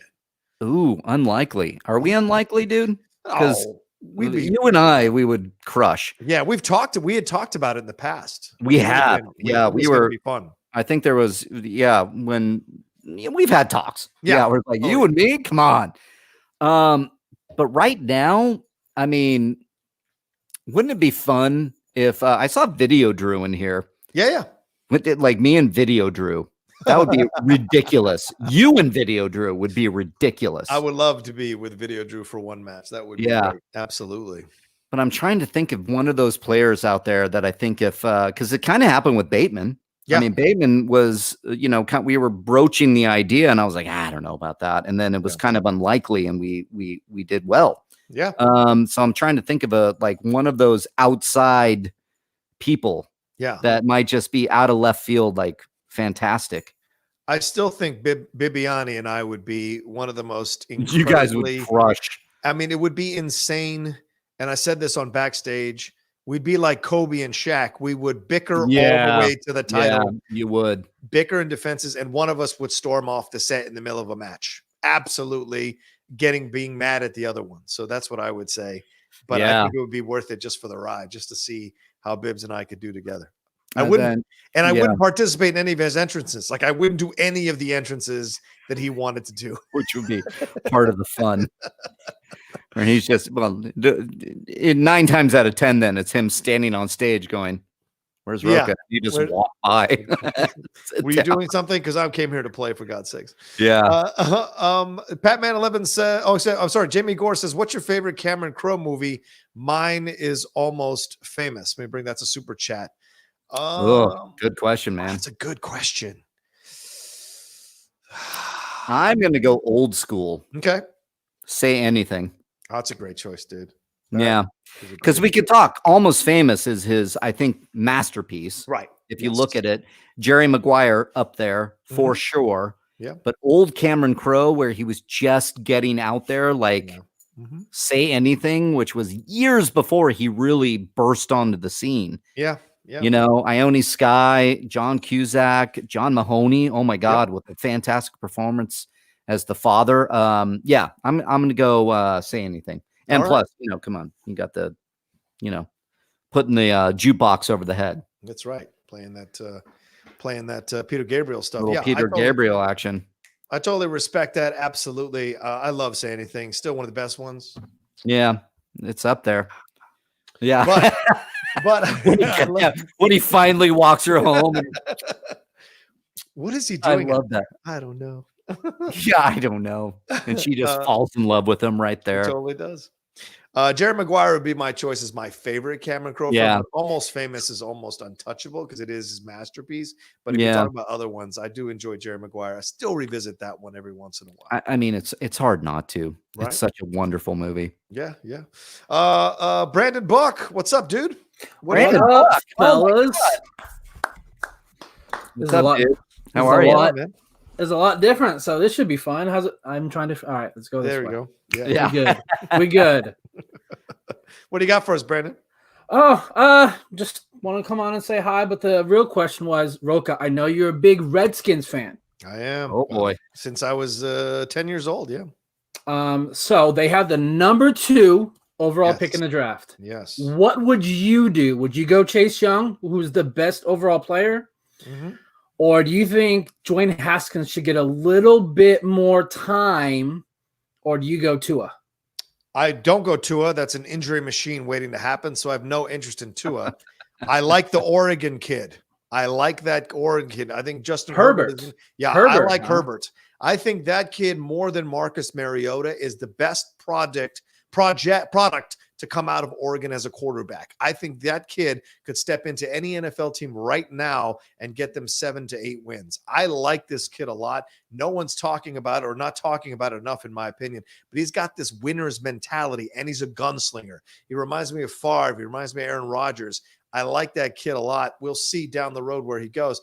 I think the Redskins will take Chase Young. I think Rivera has to try one more year with Haskins to see what he's got, unless Rivera, because look, Rivera can't even work him out because all those training camp stuff has been canceled for the coronavirus. So he doesn't even know what he has, right? He doesn't even know what he has. So until he sees Haskins and sees what he has, I don't know how you do the draft and not take Chase Young and just gamble on Haskins for one more year, because he showed promise in the last 6 games. There was some real promise from Haskins. So we'll see what he ends up doing, but I'd be surprised if he takes a quarterback with that over Chase Young, in my opinion.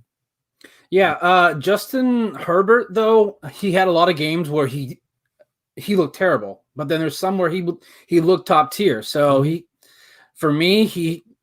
very inconsistent, but I feel if he gets a good coaching staff, then they'll be able to figure it out and make sure that he plays consistently well. Did you watch him, Reilly, when they played USC, Justin Herbert, a few times? God, I'm trying to remember. This is like kind of a little bit out of my range. Well, he's the Oregon quarterback, so you guys played him, right? Probably. And it was this year that he's like, because how do we do against Oregon? I think we lost.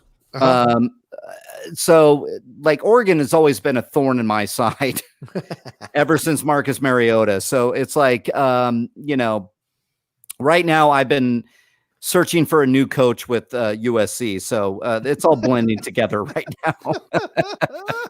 Yeah. USC is not what they used to be. And we've skirted by a lot over the past couple years with Clay. And I think he's a good man. And I think he's a decent coach, but we need if you want the alumni like me to be happy, we want some Pete Carroll action. We want some national championships, and we're not anywhere close to that. So we'll see. Right. He's on a very short leash. If they first 6 games, if they go like 3-3, 4-2, I think he's gone. He's on a very short leash. You're talking about Clay Helton? Yes. Yeah, because we thought last year was that, but they re-upped again, and we were like, what? Weren't we going to get Urban Meyer? I thought. Right. Yeah, I saw that. Right. Yeah, it's fine. And we always have the precedent set with Pete Carroll coming in, because when they got Pete Carroll, we were like, the guy with the Jets that went 5-5? It's like, what?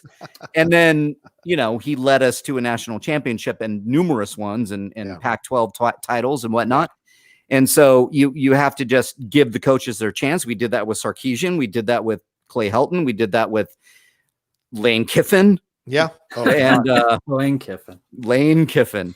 And here we are. It's just a weird time in USC football, which is my absolute. Hopefully we have college and pro football. Yeah. That's the thing, dude. We don't know. I mean, this is going to hurt recruiting. This is going to hurt, spring practice. It's unprecedented. So are we going to even think about the fallout now? Dude, Rocha, are we going to have a college football season I don't know. Because of this? That's so weird to think about. It's like 6 months away, but we don't. It's 6 months away, which is where I'm placing my wedding, because now I'm like, just get it as far away in the rear view, hopefully, as possible. Well, the crazy part of it is too, is if you're canceling all these practices and these like mini camps and whatever, what's the quality of play going to be, and what are the injuries going to be? That's the thing you have to worry about. Just because you bring it back, if you don't give them enough time to train and get back into shape to be able to play, then you're causing injuries not just to professional players, but college kids, and sacrificing their futures and their future paydays in a situation like this. That's the dangerous part of it all, is this desire to just put anything on the field to make money. If they're not responsible with it, a lot of people are going to get screwed over here physically. Yeah, but Roger Goodell wouldn't. He'd probably say, "Oh, it hasn't been in the news a lot lately." He's like, he's made the league so much money since he took over. He has. You're right. He's done a lot of smart things. Right. But I just hope that he does the right thing for the players. Yeah, I agree. And we'll see what happens. Thank you, Brandon. Got to move on. Got 3 more people waiting for me. Appreciate you chiming in, brother, man. Thanks, Brandon. All right. Appreciate it. Rocha, I just want to point out that Jonathan Peck reminded me that the Ducks beat the Trojans 56-24. So thank you for that, Jonathan. Yeah, I knew it was that. Oh, there it is. And it's Trojans with an A, Jonathan. Jesus, if you're going to talk smack, spell correctly. I noticed that. Spell correctly, my man. Those Trojan condoms, I guess, the way they spell them. Will Watson chimed in and says, Mark the hover chair Jedi would help you with IG practice. There you go. Man, Will. Thank you. Good guy, that Will. I get it. Jonathan, what's up, brother, man? How are you, dude? Jonathan. Yeah. Hey, Mark. Hey, John. What's up, dude?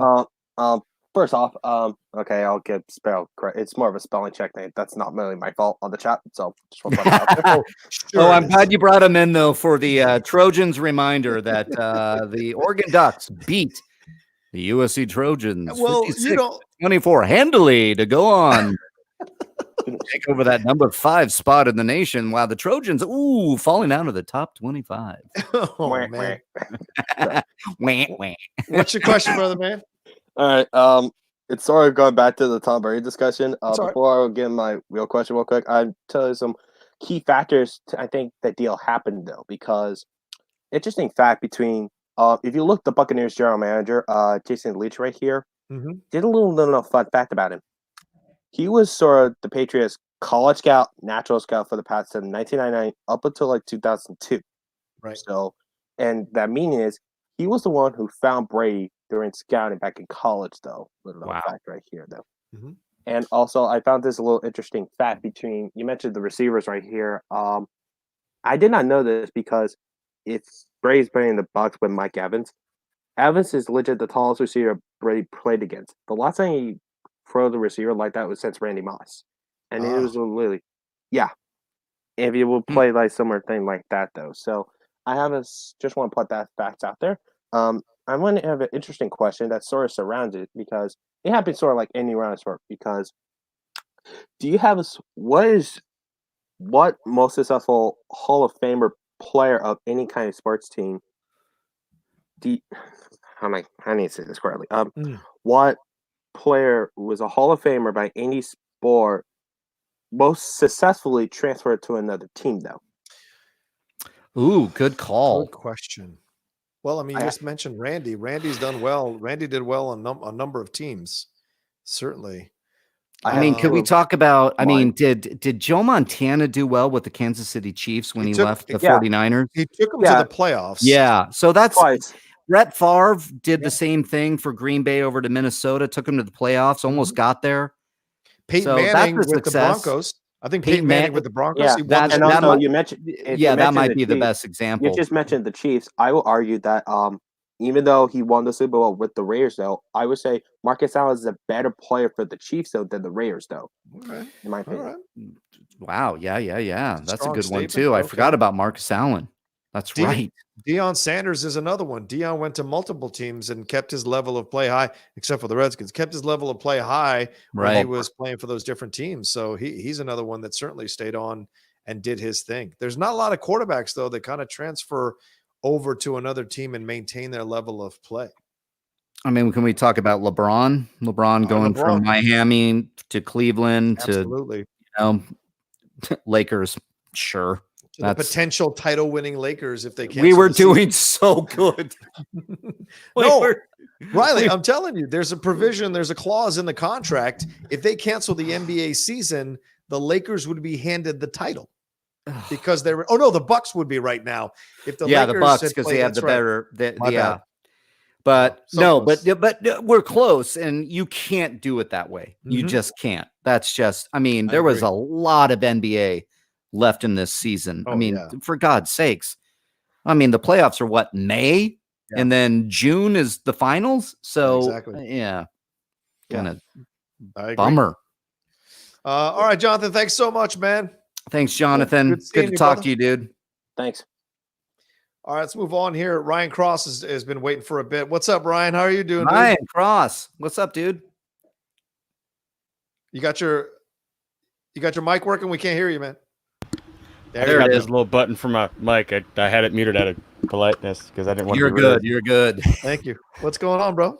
Not much. I just wanted to keep this real short because I know a lot of people are waiting just like I was, so I'm trying to keep this as short as possible. Thank you. I got 2 questions, and I want to get your opinion on the third thing. Sorry. So 2 questions. I know one. This is gonna be the first one's gonna be a Star Wars question. I know that Rogue One isn't exactly a saga movie, neither was Solo. But there's still a lot going into it. So my question is, what do you think moving forward of the odds of us getting a, shall we say, ground level type Star Wars movie, like say Lost Stars was for the books? Oh, that's good. It's a great question, dude. I think as far as movies, like let's put it in Rogue One Solo terms. We're a little bit far away from that. I think they're going to be testing out streaming Mandalorian, and I think we'll get an announcement of a movie sooner or later that will be set in a time, I think Old Republic. And then if those movies do well, I think we can start to, but I feel like it's a long way away, dude. Rocha, I wonder what you think, because it was an experiment, and I think Solo, they went, oh my God, and ran away and then finished out the saga, and Rise of Skywalker still made a lot of money. Yeah. But I think they're really going to take their time in what they put out there, because I think streaming is proving to be successful. I think it would be shocking while Disney owns them for them to do a film like that, to be honest with you. I think The Mandalorian was as close as we're ever going to see to anything like that. And they still found a way to give you a cuddly baby Yoda and all these kinds of things that kind of fall back in line with what George Lucas intended. So while they're still at Disney, I don't think Star Wars will ever give you a gritty, dirty, slightly just close to R-rated film that many of us would love to see until they start failing with their other approaches to this. I know the High Republic is great, but remember, the High Republic is all about the Jedi being like at the height of their power. So that's going to be all good guys. And I like it. I like that idea. But in the books, dude, it's just in the books. Yeah. We need to see Marvel-like success in the Star Wars universe where every movie is a big success based on budget. If you look at Ant-Man versus Captain America Winter Soldier, if you look at Thor the Dark World versus Thor Ragnarok, these movies that are released in different ways with different characters that still do well, like Ant-Man, I think is a good example. Is that, okay, we're going to do a smaller movie, heist film. The budget is, I don't know off the top of my head, but versus Endgame, completely different. Still a success in that level, but Marvel established itself. We need some big juggernaut hits in the Star Wars universe, and then they can start to play with that genre like they did, where, okay, we're going to now focus on this Padawan over here in the corner of this Star Wars universe, and he's going to go investigate a Sith relic or something, and that's what the movie is going to be. But it's going to connect to the Old Republic with Darth Raven and doing this. You know what I mean? They have to test it out, but we're far. I feel like we're far away from that. We need some movies to really come in and really do some gangbusters, because they've been beholden. They've been anchored to the Skywalker saga. Finish out Luke Skywalker's whole thing. Yeah, absolutely. What's your next question, brother? Next question is: when I first watched a movie, not a movie, but when I first watched The Founder, it literally made me stop eating McDonald's because that guy. Is there a movie that's affected you in that type of way, where it's literally changed how you eat or say where you shop or anything? Oh my God.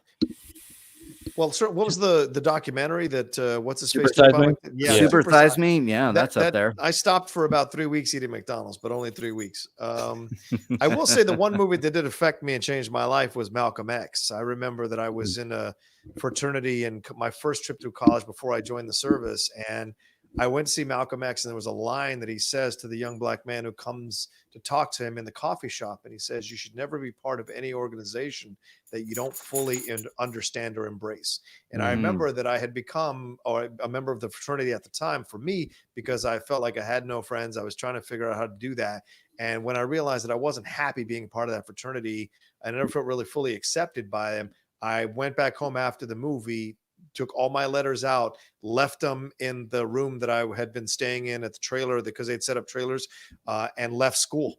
And I left school and I left the fraternity. And I left a note saying, "I'm no longer a part of this brotherhood. Whatever it needs to do for me to remove myself from this brotherhood, please make it happen. I don't want to be part of this anymore." And it changed my life. And it was just, so that's how certain movies can affect you in that way. So that's what I would say to answer that.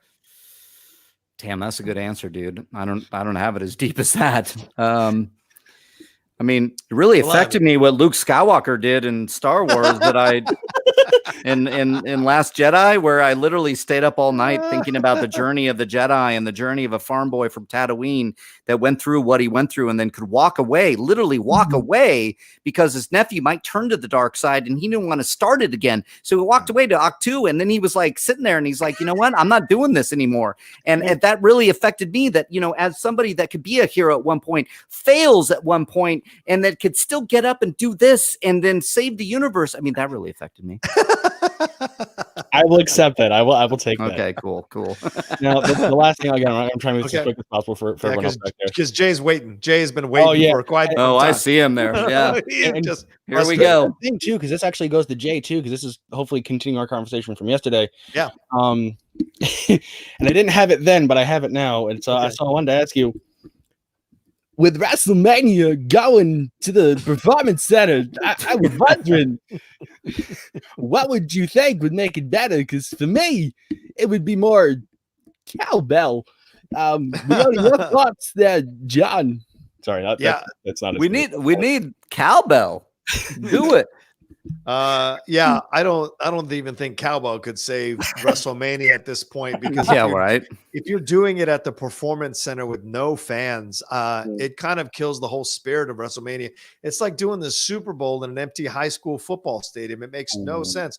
Yeah, the players are going to play and the score is going to count, but it's not going to have anywhere near the vibe and the feeling unless they're going to pipe in sounds. It just doesn't make sense to do it. Yeah. But I get why they're doing it, because they have to push the storylines and they have to move forward, but it makes no sense to me at all overall. So it's crazy to me overall, but I'm definitely it's going to be curious to watch. That's for sure. And I might even live stream myself that Sunday watching it. I might send my girlfriend off to the spa for the whole day and then live stream myself watching it. We'll see. Yeah. I mean, it should be an 8-hour thing. So hopefully she has a good day at the spa. Yeah. I'll pay for the whole time.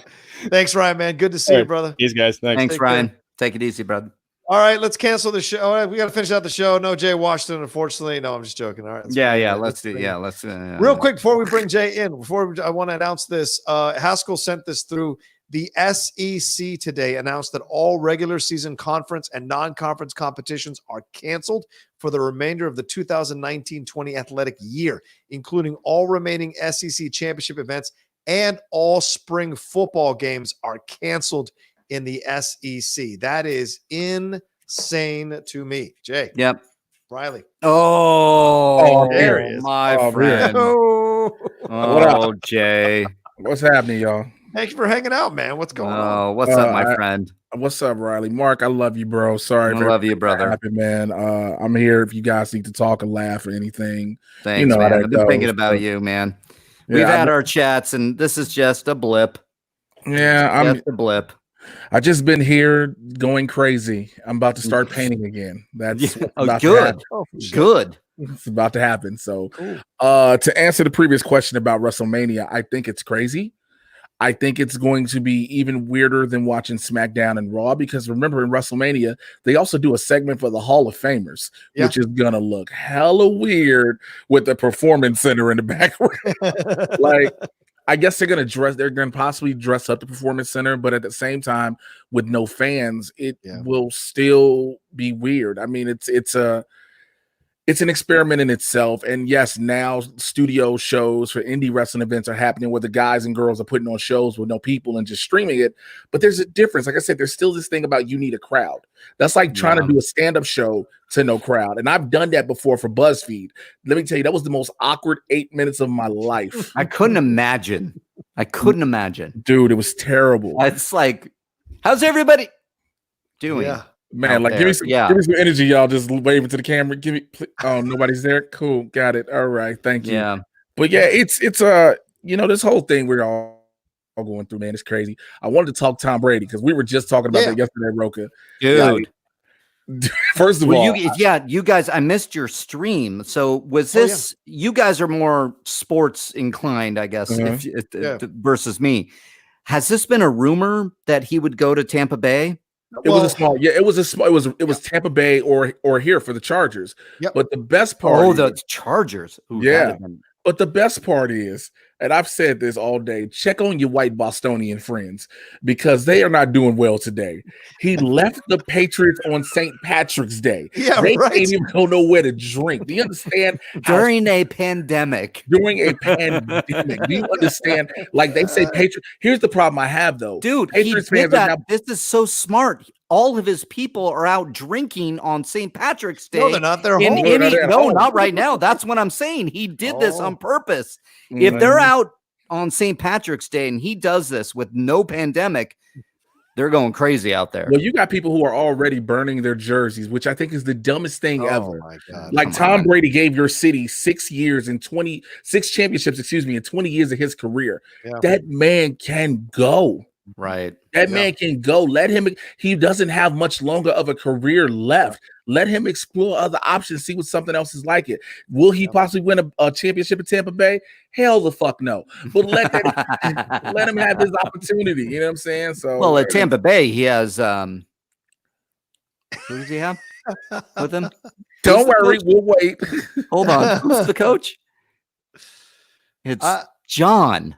It's a John. No, it's not. It's a Bruce Arians is the coach. I don't follow Tampa Bay. Let me call Cody Hall real quick. Yeah, right. I mean, they have a good receiver in Mike Evans. They have a decent running back in Barber, but overall, I don't think they've got the tools necessary. They got good defense too, but I don't know if they have the offensive line. Remember, Jameis was getting tackled a lot behind that line. Right. So I don't know, man. And tell me, is Jameson still there? Is he technically be back up now?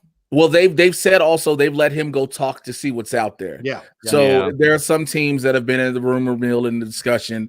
I think by the end of this week, because no one else has anything else to do, we'll figure out exactly where he's going. This isn't going to be a long-standing thing. Like, all right, where are these quarterbacks going? Phillip Rivers has gone to Indianapolis, which, by the way, I wanted to bring up Phillip Rivers. You know, they say social gatherings, we have to be in groups of 10 or less.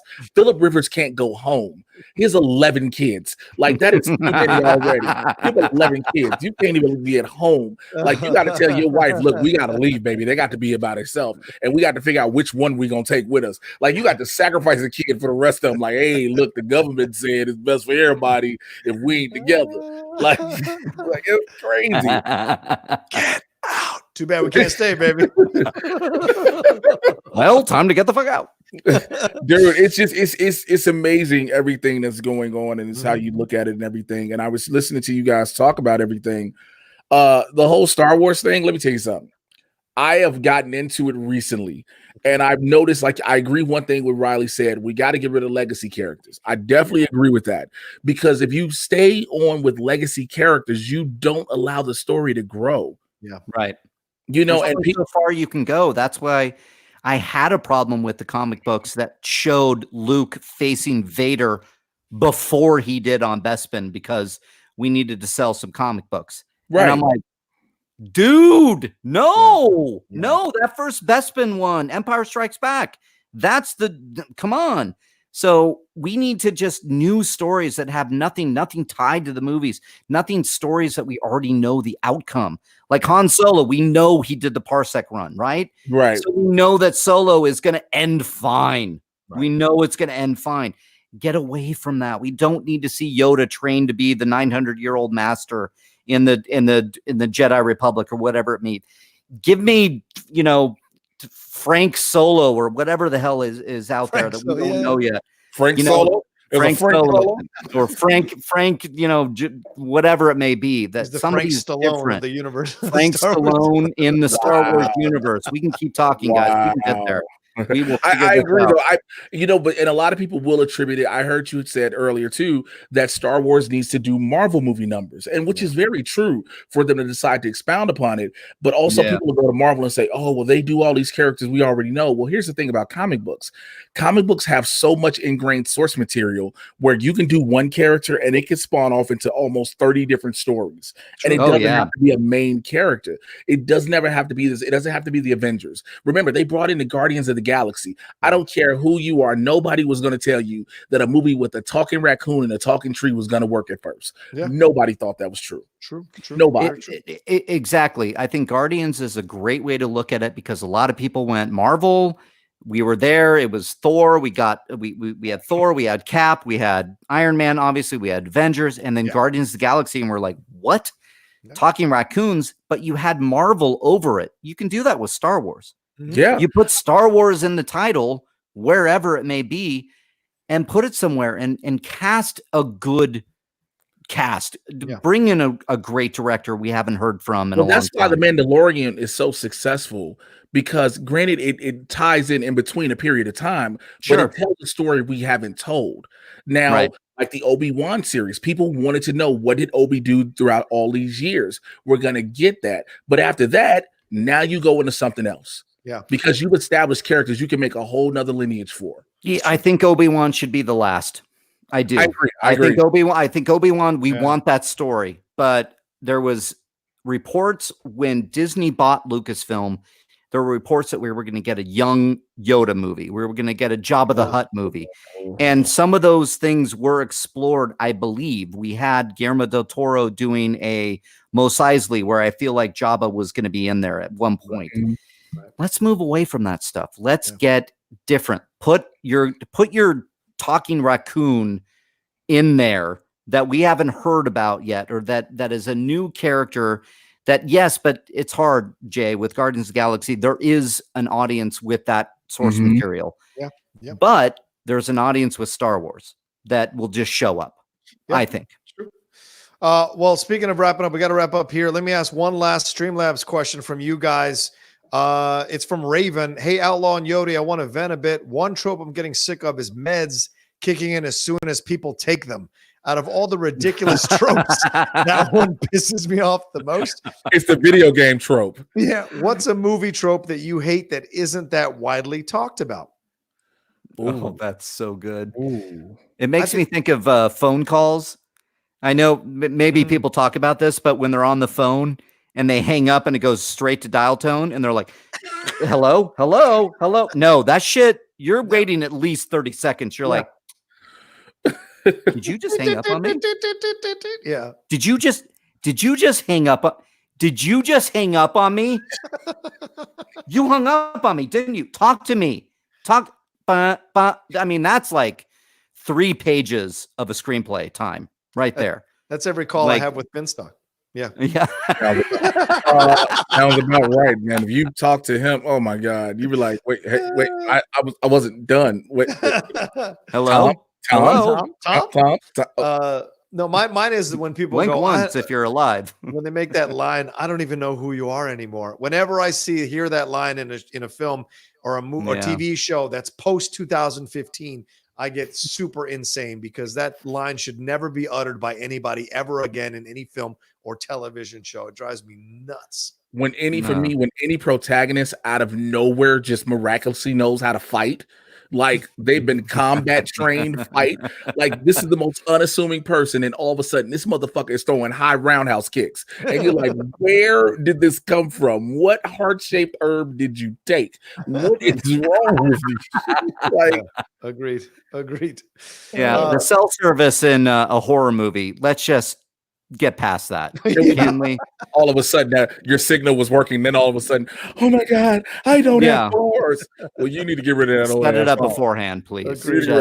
Floors. What? I have no cell service now. No kidding. And your car's not going to start either, motherfucker. Or so you're really screwed. Or everybody turning and looking behind them when they're running. If you've seen horror movies in your life, you know in real life, you are just going to keep running straight. You don't care what's behind you. Because I'm like, yo, if I got a good distance, your ass can't catch me. In my mind, I'm like, yo, I'm black and that's the police. So let me keep running. Let me keep running. It's the police without a gun. It's the police with a machete. And I can outrun the police. Like, you got to make sure you do it. And also, don't run in a straight line. Why does everybody run in a straight line? You better make some zigzag patterns. Everybody runs in a straight line. Just veer to your left a little bit, go back to your right. Also, man, people just do dumb shit in movies. I like Patty Boy's thing. Who has sex under the sheets? For God's sakes. And I agree, Patty Boy. That's a great point. Ain't nobody had sex under the sheets since 1994. Well, I'm wrapping up here. I want to thank we're 12 likes away from getting a 200, so please give me some likes as I'm wrapping up here. 2 last Streamlabs real quick. Haskell 420, can you imagine WWE pumping in audio of Let's Go Cena? Cena sucks into an empty arena. LOL, I mean cheesy and sad as hell, but that would be funny as hell too. And Paul Denuzio donating, he said, just trying to sneak a quick one in here to show some love for you guys. Have a good night. Thank you. Hey, before you go, I just need to say real quick, you're going to have to show me how to do all this StreamYard, Streamlabs, everything. Yeah. Because I'm trying to get all this together. This shit's so confusing. I can help you too, Jay, man. I can help you too. And Riley, Jay, you're coming on mine, man. Come on. Well, let me know. You know, I'm right here. I got cameras. I got mics. I got nothing but time. Yeah, where are we going right now? Right? Where are we going? Yeah. Riley inspired me because I saw Riley's show and I was like, I got to get to that level. So I've been working hard on doing that. So I'll happily help you, Jay, and Riley, as he said, will help you as well. Yeah, appreciate it. Because I'm trying to do it more for Blurs in the Hood, more so than myself as well. Right. But for Blurs in the Hood, because Winston and I are definitely trying to grow that. And so I've been losing my mind trying to make sure setting it all up. Like I almost lost it today before we did the show. I was like, oh fuck all this. Like, oh yeah, man. Well, just reach out to us, man. We'll keep you level. Yeah. Thanks, Jay, for stopping in, bro. Love you, man. Brother. Okay. Yeah, I'm good, brother. Respect. And if you want to watch Jay and I talking sports with Winston Marshall, Game Time, the first episode dropped yesterday. Go and watch that 2 hours. It's already up almost to 3,000 views, and people loving it with the comments. So go take a look at it, Jay. There's a lot of great comments in there if you haven't looked. So go and do that. But we'll talk to you next time, Jay. Love you, man. Later, bro. Hey, bro. Later, dude. Riley, thank you, brother, for sitting in with me for a couple of hours. I know you had a lot to deal with, so thank you so much. I needed it. Yeah, I appreciate you, dude. I appreciate everybody in here. I appreciated all the kindness that I've been getting on Twitter, on my Patreon page, and Discord. You know who you are. Thank you. Appreciate it. Yeah, I love you, man. And thank you so much for taking the time. Thank you, brother. Follow Mark there at Riley Round. Plug everything you want to plug, man. What can you plug? Well, tomorrow, guess who I'm having on Riley's Camp Blood, my horror stream that I do every Wednesday. Yep, I got her. Clark Wolf. Clark Wolf is coming on. We are going to talk horror. We are going to talk about anything and everything because we're sliding in right now. Literally, as I got Clark Wolf's RSVP to my wedding, we figured this out. So we're going to talk about everything. So that's tomorrow, 4:30 p.m. That's PST.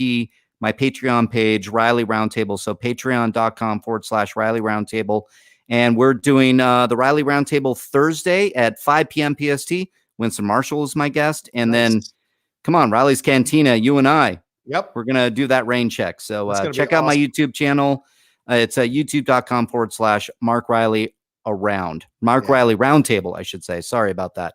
Just put in Mark Reilly on YouTube and you'll find us. It'll all show up. If you need And if you need a visual reminder, right above Reilly's head, you see the Patreon for him is .com/. Thank you, my friend. I appreciate that. Thank you to Jake for making that overlay. He did put everything up there so perfect. Thank you all. And thank you all so much for joining me for the second episode of the Outlaw Nation. I can't thank you guys enough for taking the time to join me this late tonight. We had over 220 you all in here at one point. Love that. So thank you all so much for taking the time. International people, national people, so much fun. We're doing everything we can to bring you content and help you enjoy the time now that you're home. So please patronize everything Reilly is doing, Jay's doing, all of us in here, Roxy, Dorina, all of us are doing our thing. So please, and thank you so much. Follow me at The Rocha Says. Remember to subscribe below to the channel and like and share this video on your social media so people get more and more involved here on the Outlaw Nation. Much love to you. Have a great rest of your night and wash your damn hands, people. We'll talk to you next time.